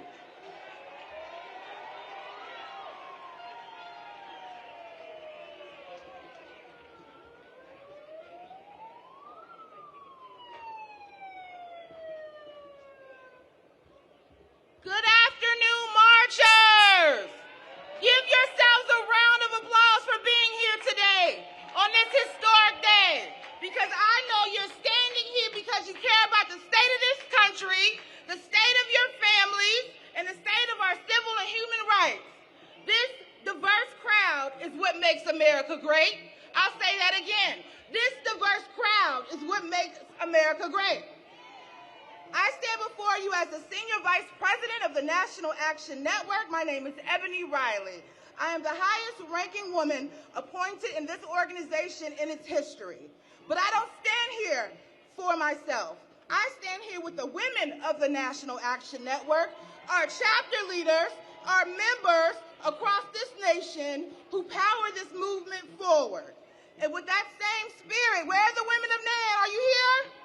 I don't hear you. Let them know the work you do.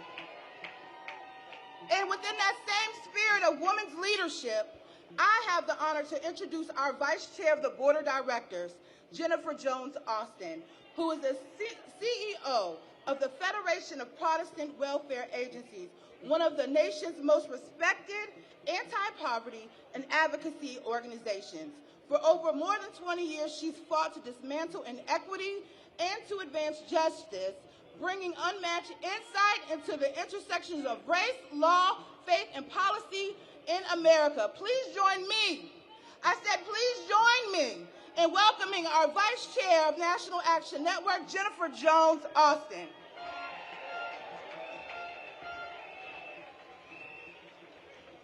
In 1963, we marched on Washington for jobs and freedom. Today, we march on Wall Street for jobs and freedom.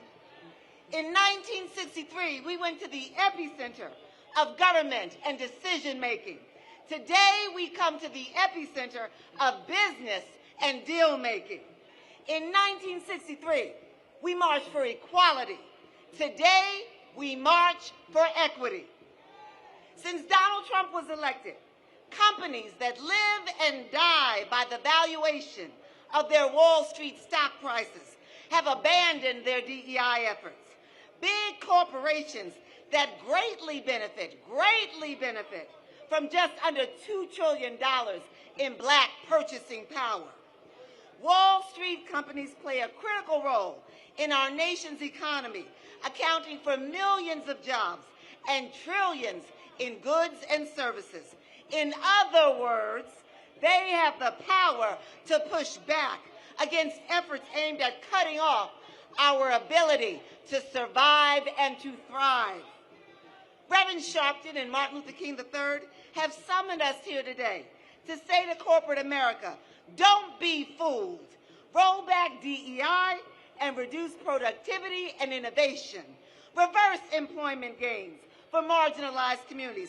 And not only will people suffer, our economy and you too will suffer. Roll over with Trump and risk your profit margins and shareholder returns. The data doesn't lie. Only when all people thrive will business, the economy, and this nation thrive. Thank you.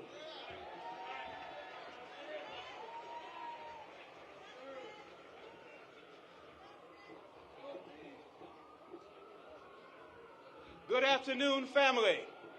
My name is the Reverend Malcolm Byrd, Chief Operating Officer of the National Action Network. And it is my distinct pleasure to present to you the Chair of the National Board of Directors of the National Action Network, the Reverend Dr. W. Franklin Richardson. Let's show him some love.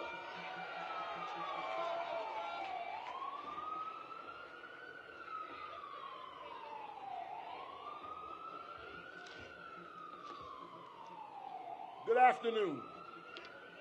What a powerful sight. What a powerful moment. We have come here today to let the world know that we are not asleep, that we're ready to move and challenge the status quo so that the work of our forefathers and mothers, sacrifices that they've made, will not be lost and will not be set back. We are determined to go forward. I'm grateful to greet you as chairman of the National Action Network, and I want to pause to celebrate. You can't hear me? That's a siren.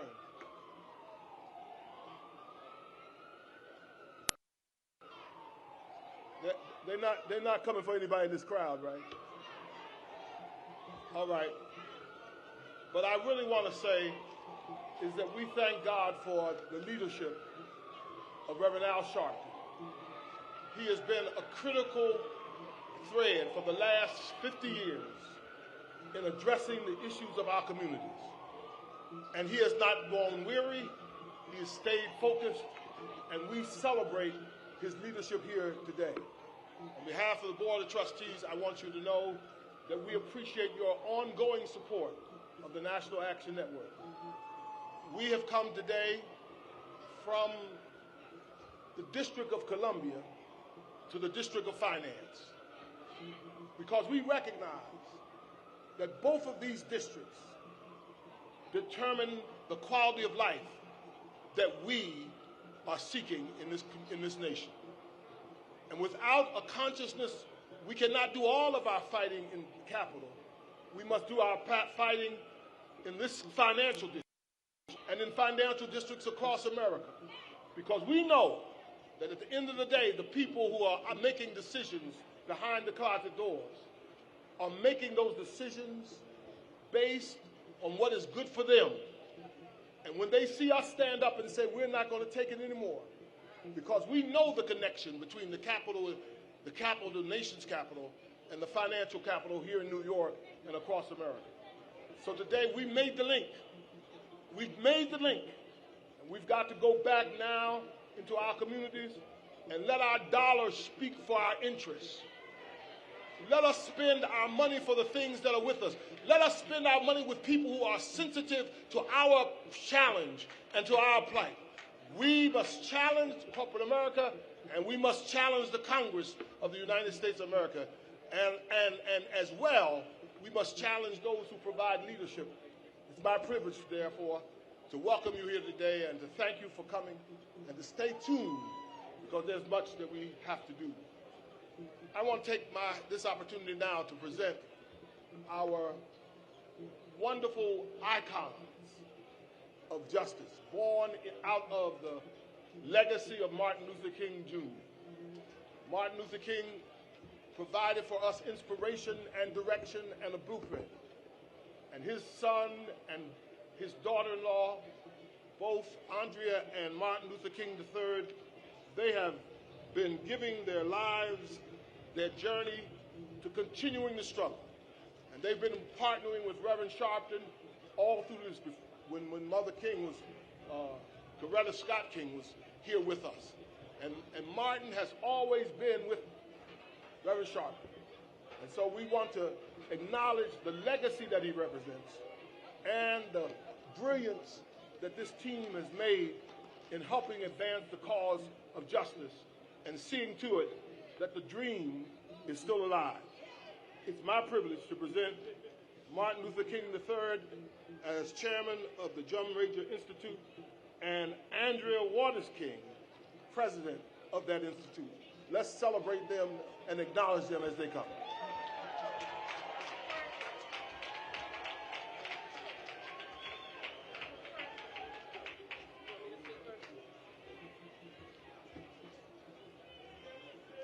Good afternoon. Come on, you can do better than that. In the name and honor of my mother-in-law and father-in-law, good afternoon. Hello, my dear brothers and sisters. You know, just a few days ago, down in Atlanta, we were at the start of a new school year. And in schools all across this country, children will soon experience that time-honored tradition, the fire drill. The alarm will sound, they will rise from their desks, file out into the open air, and prepare themselves just in case the real thing ever comes. But I tell you today, this is no practice run. The alarm is sounding, not in a classroom, but in the heart of our democracy. And this is not a drill. Democracy is on fire. We are gathered here today not in ease, not in comfort, not in idleness, but in the fire of a moment that demands our fiercest attention and our most unyielding commitment.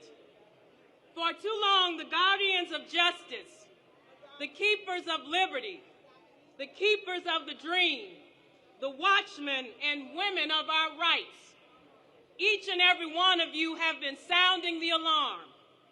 You have marched, you have organized, you have raised your voices in city halls, in courtrooms, and in the streets. And yet, too many have slept while the house was burning. But I declare to you today that we will not sleep, we will not sit down, and we will not be silent. As Thomas Jefferson reminded us long ago, eternal vigilance is the price of freedom. And I say to you now that the price is due. Not tomorrow, not next year, but right here and right now. Because, my friends, we are living in a time when truth is twisted, when lies are lifted up as law, and when power bows not to the will of the people, but to the purse strings of the powerful. And we are witnessing the slow erosion of voting rights. We are seeing the machinery of democracy choked by greed and gerrymandering, by fear and by falsehoods. Institutions that once stood as bulwarks of freedom are now under siege by forces that would rather rule by division than govern with dignity. But in the honor and the remembrance of Martin Luther King Jr. and Coretta Scott King, let us not despair, and let us remember the words of the great soul Mahatma Gandhi, who said that when I despair, I remember that all through history, the ways of truth and love have always won. There have been tyrants and murderers, and for a time, they can seem invincible. But in the end, they always fail. Think of it, always. So yes, tyrants rise. Yes, the night grows long, but morning is always on the side of the righteous. We must never forget that truth, love, and justice are never on the side of the oppressor. They never have been, they never will be. They are always and forever on the side of the oppressed. When the powerful seek to silence dissent, it is because they fear the truth that justice demands. When the corrupt attempt to strip away your vote, it is because they know your voice carries the weight of history. When hatred and division try to tear us apart, it is because unity has always been the death knell of tyranny. My friends, we are the descendants of prophets and profiteers, of protesters, of organizers, and overcomers. We have been here before, and though the faces of oppression may change, the spirit of resistance is eternal. We must rise, not in violence, but in vision. We must stand, not in bitterness, but in boldness. We must fight, not with hatred in our hearts, but with love as our weapon and truth as our shield. Democracy is not a building. It is not a ballot box. It is not a single leader or a single law. Democracy is us. It is every hand raised in protest, every vote cast in hope, every truth spoken in courage, every injustice challenged in unity. So let us not lose heart. Let us be vigilant. Let us keep sounding the alarm louder than ever. Let us be the fire that burns away corruption. Let us be the light that leads us out of this darkness, because though democracy may be on fire, the people, we the people, are the water.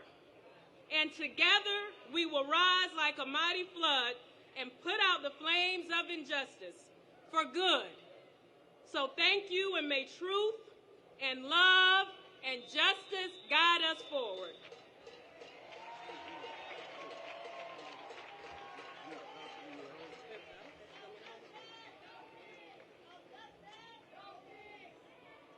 Good afternoon. Let me begin by thanking God for bringing us all here today. And as Dick Gregory, the late Dick Gregory used to say, I hope and pray that our returns back to our destination will be equally as safe. 62 years ago, as has been said over and over today, my father stood on the steps of the Lincoln Memorial and shared his vision for our nation and world. I want to start by saying some have tried to continue the work that he and his team began. But I must first thank the National Action Network and Reverend Al Sharpton for convening us today on Wall Street, which is where businesses are made and trillions of dollars are made. Now, my father said in 1963 that he talked about a check that had been prepared and sent to the National Treasury. And that check was to give us the riches of freedom and justice, health care, and so many other things. And at that time, he said, that check came back marked insufficient funds. But he went on to say that I know the Treasury is not bankrupt. And although they're telling us today, oh, we have we're running a deficit, but yet billionaires have quadrupled their money. And in a real sense, we must create the climate where people truly can raise themselves by their own bootstraps. But you can't say to a bootless person, raise up by your own bootstraps. We must create that climate, that economic climate, where housing is affordable. That climate where health care is available for all. That climate where the greatest education that anyone can get exists. Guess what? That is here in the United States. That's not saying that we're better than anybody else. But yet, many of our folks, young folk, are not able to read. Something is wrong with this nation. My father would say that something is wrong. We are not on the trajectory that we should be. But he would never lose hope in people, even though he even talked about toward the latter years that he was concerned that he was leading people into a burning house. Think about what that means, because Andre just talked about this is a real fire alarm. This is a real crisis. Part of that is because we are not engaged enough. Yes, us here are engaged. But when you understand, just in the black community, we spent $1.3 trillion last year. Have we ever stopped to think about what that means? We would be the 8th largest nation on planet Earth if we learned how to work together. I'm not talking about segregation, but I'm talking about supporting and lifting us all up. That day must come if we want freedom, justice, and equality. That means turning to each other and stop turning on each other. That means possessing a kind of love that Dad called it agape love. It's totally unselfish. You love someone if they're old. You love them if they're young. You love them if they're rich or poor, black or white, Native American or Hispanic or Latino American, African or Asian. You love them because you know that God calls you to embrace that kind of love. That is part of what we got to do in this quest, because the ship appears to be sinking, and we cannot allow that. In fact, I'm going to say we will not allow that to happen. And so let me end by saying, do not get any ways tired, because you know we've come much too far from where we started. Our God didn't tell us our roads would be easy. But our God is not going to leave us. So stand tough. Never give up. Never give in. Never give out. Keep moving forward. And one day, we will realize the dream of Martin Luther King Jr. and Coretta Scott King. God bless you.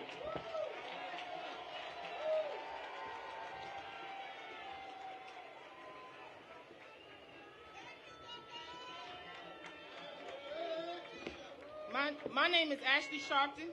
I'm the director of National Action Network's Youth and College Division and founder of Names Youth Huddle, and the youngest daughter of Reverend Al Sharpton. The Bible says in Daniel 3 that 3 Hebrew boys refused to bow to the empire statue. That is our posture. We will not bow. To book bans, to voter purges, to DEI rollbacks, to the erasure of our history, we will not bow. Dr. King dreamed so we could wake up and stay up. Reverend Jackson pushed to keep hope alive. And Reverend Al Sharpton defined this era of no justice, no peace. From Bensonhurst to Wall Street, Reverend Sharpton was cut and kept marching. He was mocked and kept showing up. He turned weekly rallies into national policy and pain into possibility. That is vision, that is sacrifice, that is leadership worth following and becoming. So I ask you, when your children ask what you did in the Trump years, what will you say? Did you scroll or did you show up? Did you whisper or did you march? If you choose legacy over likes, say it with me. We will not bow. We will not bow. To fear, we will not bow. To lies, to greed, to fear, to Trump. And today we follow the man who has never bowed. The man who stood on front lines when it wasn't safe, who turned pain into policy, who carried Dr. King's dream and Reverend Jackson's fight into the streets of our time. He is not just David's slingshot. He is David himself, steady and ready to take on Goliath, not hoping but knowing that giant will fall. He is the visionary who saw this march before others understood it, the leader whose sacrifices carved the path for us to walk, and the prophet of economic justice in our generation. It is my honor to present to you, not just my father, but our leader for this day and time, God's messenger, the truth teller, the soul reacher, the liberation seeker, and truth teacher, the Reverend Al Sharpton.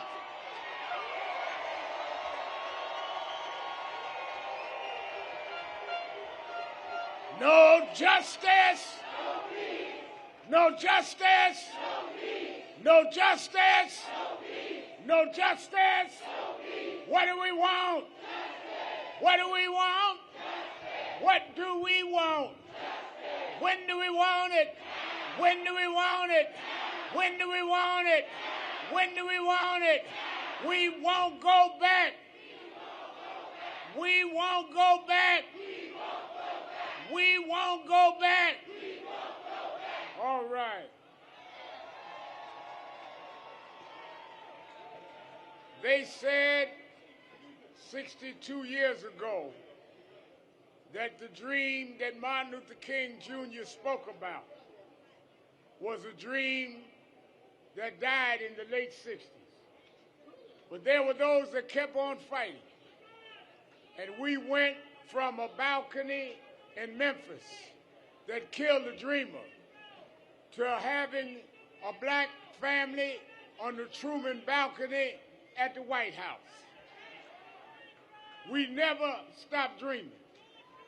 But now that we have an anti-dreamer, one that wants to cut the tax rate for the rich and have cuts in Medicaid and SNAP pay for it. Why do we come to Wall Street? Since you have benefited from Trump, we come to tell you your benefit days are numbered. We're not going back.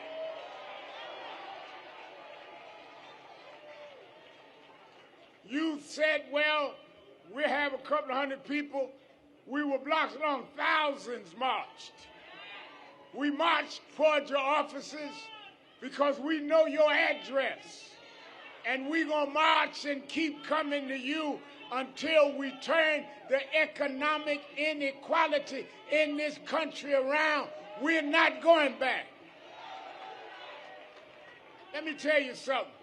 The fact of the matter is the first thing traded on Wall Street was black bodies. The largest two ports for slave trade in America was Charleston, South Carolina, and Wall Street, New York. They stood us up right in this area and sold us like a bar of soap, sold us like we were some inhuman particle. But we come back the children of our ancestors. We come back ready to vote, ready to spend our dollars. We're not slaves anymore. We're not going back on the slave market. Donald Trump, get ready for the fight of your life.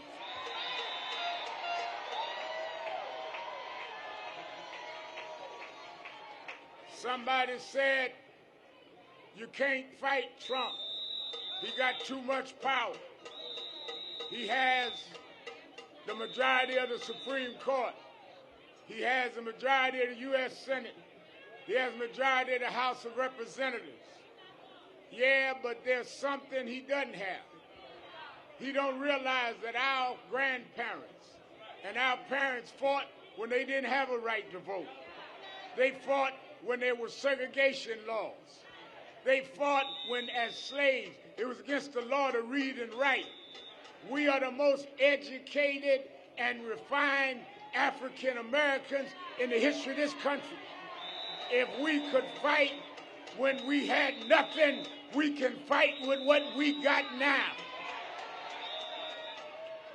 Some say, well, Reverend Al, use this strategy, use that. It reminds me of Saul in the Bible. After they thought David wasn't fit to fight. David was just a shepherd boy. David had never been to boot camp. David had never been military trained. When they finally said, all right, he keeps insisting to fight, let him fight, Saul said, well, use my sword and use my shield and use my helmet. David said, no, I don't need your stuff. I got a slingshot and a few smooth stones. Trump, don't let the folk around you tell you what we gonna fight you with. We come to Wall Street with our slingshots. You don't know how we gonna fight. We gonna meet you at every turn. We gonna meet you at every ballot box. We gonna meet you at every time you take the Dow Jones. We gonna factor in. We're going to take our dollars where we respect it, and we're going to close down where we're rejected. If you don't want diversity, inclusion, and economic inclusion in our policy, then you don't need diversity in our consumer dollar. You don't. We will shop with who does business with us, who walks with us. We will stand with who stands with us. And we are not afraid of Trump. We've been beating giants since David. You just one more giant we got to face. Right now, they are trying to redo district lines. They can't win fair, so they're going through redistricting fights. Then they go through now trying to change how they choose governors in the Federal Reserve. We are seeing things we never saw before. But let me tell you something. They never seen us before. You're dealing with a new person. And we're not by ourselves. Because if you looked all the blocks we filled, some of our white brothers and sisters was here.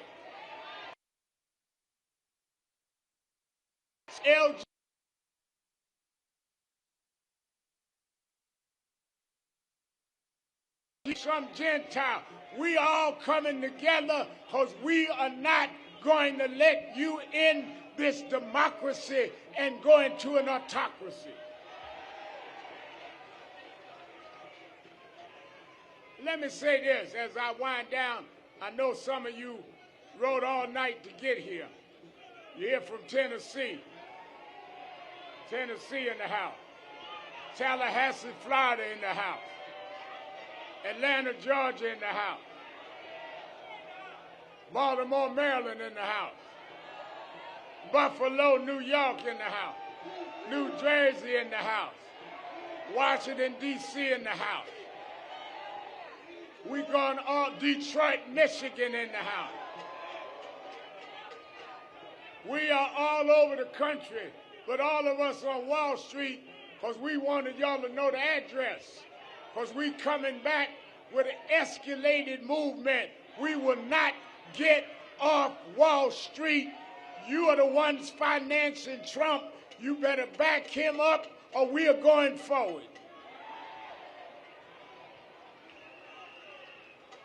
And I saw Mayor Ras Baraka spoke from Newark. I invited all the candidates for mayor to be here. So I don't endorse candidates, but I take attendance.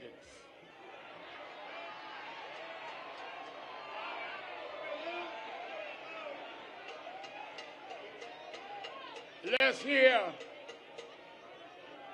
from Andrew Cuomo. Oh, he's not here. Let's hear from Eric Adams. Oh, he's not here. Let's hear from Zohran Mamdani.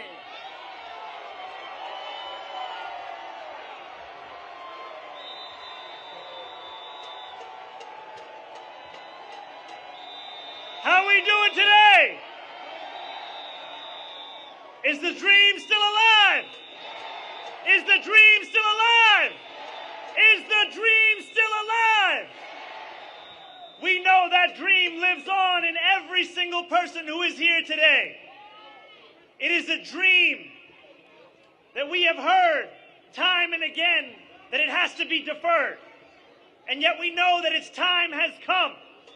As we stand here in the wealthiest city, in the wealthiest country in the history of the world, as we stand here by Wall Street, where last year they had more than $40 billion in bonuses, we ask ourselves, how is it that 1 in 4 New Yorkers are still living in poverty? We ask ourselves, how is it that we have still yet to answer the question that Dr. King posed all those decades ago? Because what he said then, and what we must answer now, is what good is it to have the right to sit at a lunch counter if you can't afford to buy a hamburger? Our freedom is only as good as our ability to exercise it. And I want to thank Reverend Sharpton. I want to thank the King family for continuing to show that this dream lives on. And it will live on until we achieve that dream where every single person in this city and in this country has the dignity that they deserve in their lives. So my name is Zohran Kwame Mamdani. I stand before you as a man looking to be the next mayor of this city. And I tell you that every day I will wake up with Dr. King's dream at the forefront of my mind, a dream where we make this city the most expensive in the United States of America, affordable for each and every person across this city. So thank you so much for being here. Thank you for marching. Thank you to the Rev. Thank you to the family. And to Donald Trump, we say this to you. We will continue to fight for that which our forefathers have fought for. Because what we fight for is no less than what we deserve. And we will not let you take that dignity from us. We will not let you take that decency from us. We will not let you take it from us, because we will be here fighting each and every day for that which we deserve. Thank you so much. Thank you. Now listen, I want us, as we get ready to depart, don't let anybody agitate you. Don't let nobody provoke you. You made a great statement today. We had not any incidents. One guy come with a cowbell. He thought slavery was still in. We don't do cows no more. He about 400 years late with his cowbell. Don't even entertain it. Go home, let's organize. We're going to give you marching orders all the way through because Trump must be defeated with disciplined strategy and with disciplined activism. That's why people rode all night to get here, to show that we have the discipline and we have the tenacity to fight this fight. They built a movement from the Tea Party to the birther movement to Trump and the MAGA movement. We are building a movement to counter that. They're not smarter than us. They're not stronger than us. They're not more durable than us. And they're not more determined than us. One young man, Reverend McHenry, has led marches here for 82 weeks? 86. 86 weeks. 86 weeks. He and a group have marched from National Action Network in front of Bill Ackman's office, who started the fight against DEI. He's a true soldier, and that's what we want. We don't want no punks in this army. We don't want nobody that just wants to shine on the 6 o'clock news but don't show up at the rallies. This is going to be a long fight, and that's why we need young folk like Ron McHenry and Malcolm Byrd. I'm tough on them because they were tough on me. But if you can't take the training, you can't get in the ring. Tell us what we're going to do. Let us just give praise to our leader, the Reverend Al Sharpton.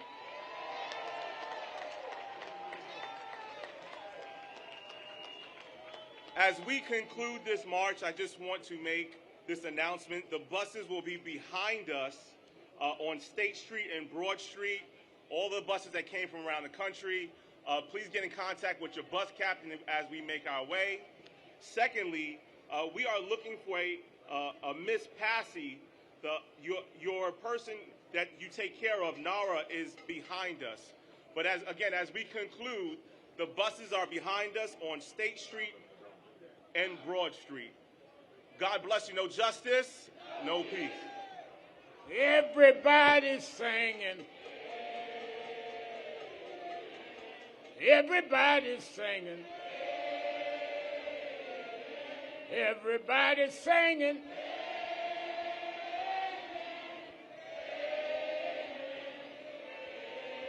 Came down to Wall Street to see about it. Everybody's singing.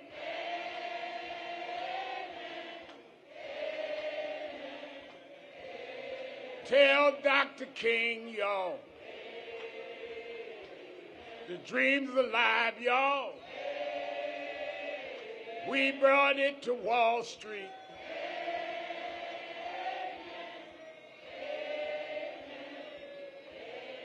Sing it like you mean it.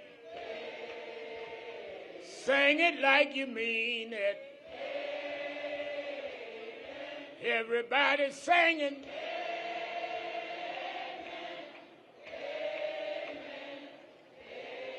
One last time, y'all. One last time, y'all. One last time, y'all.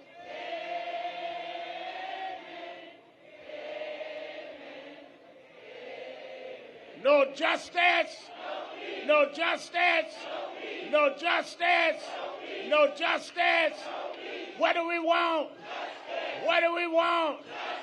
What do we want? All right, let's travel safely home.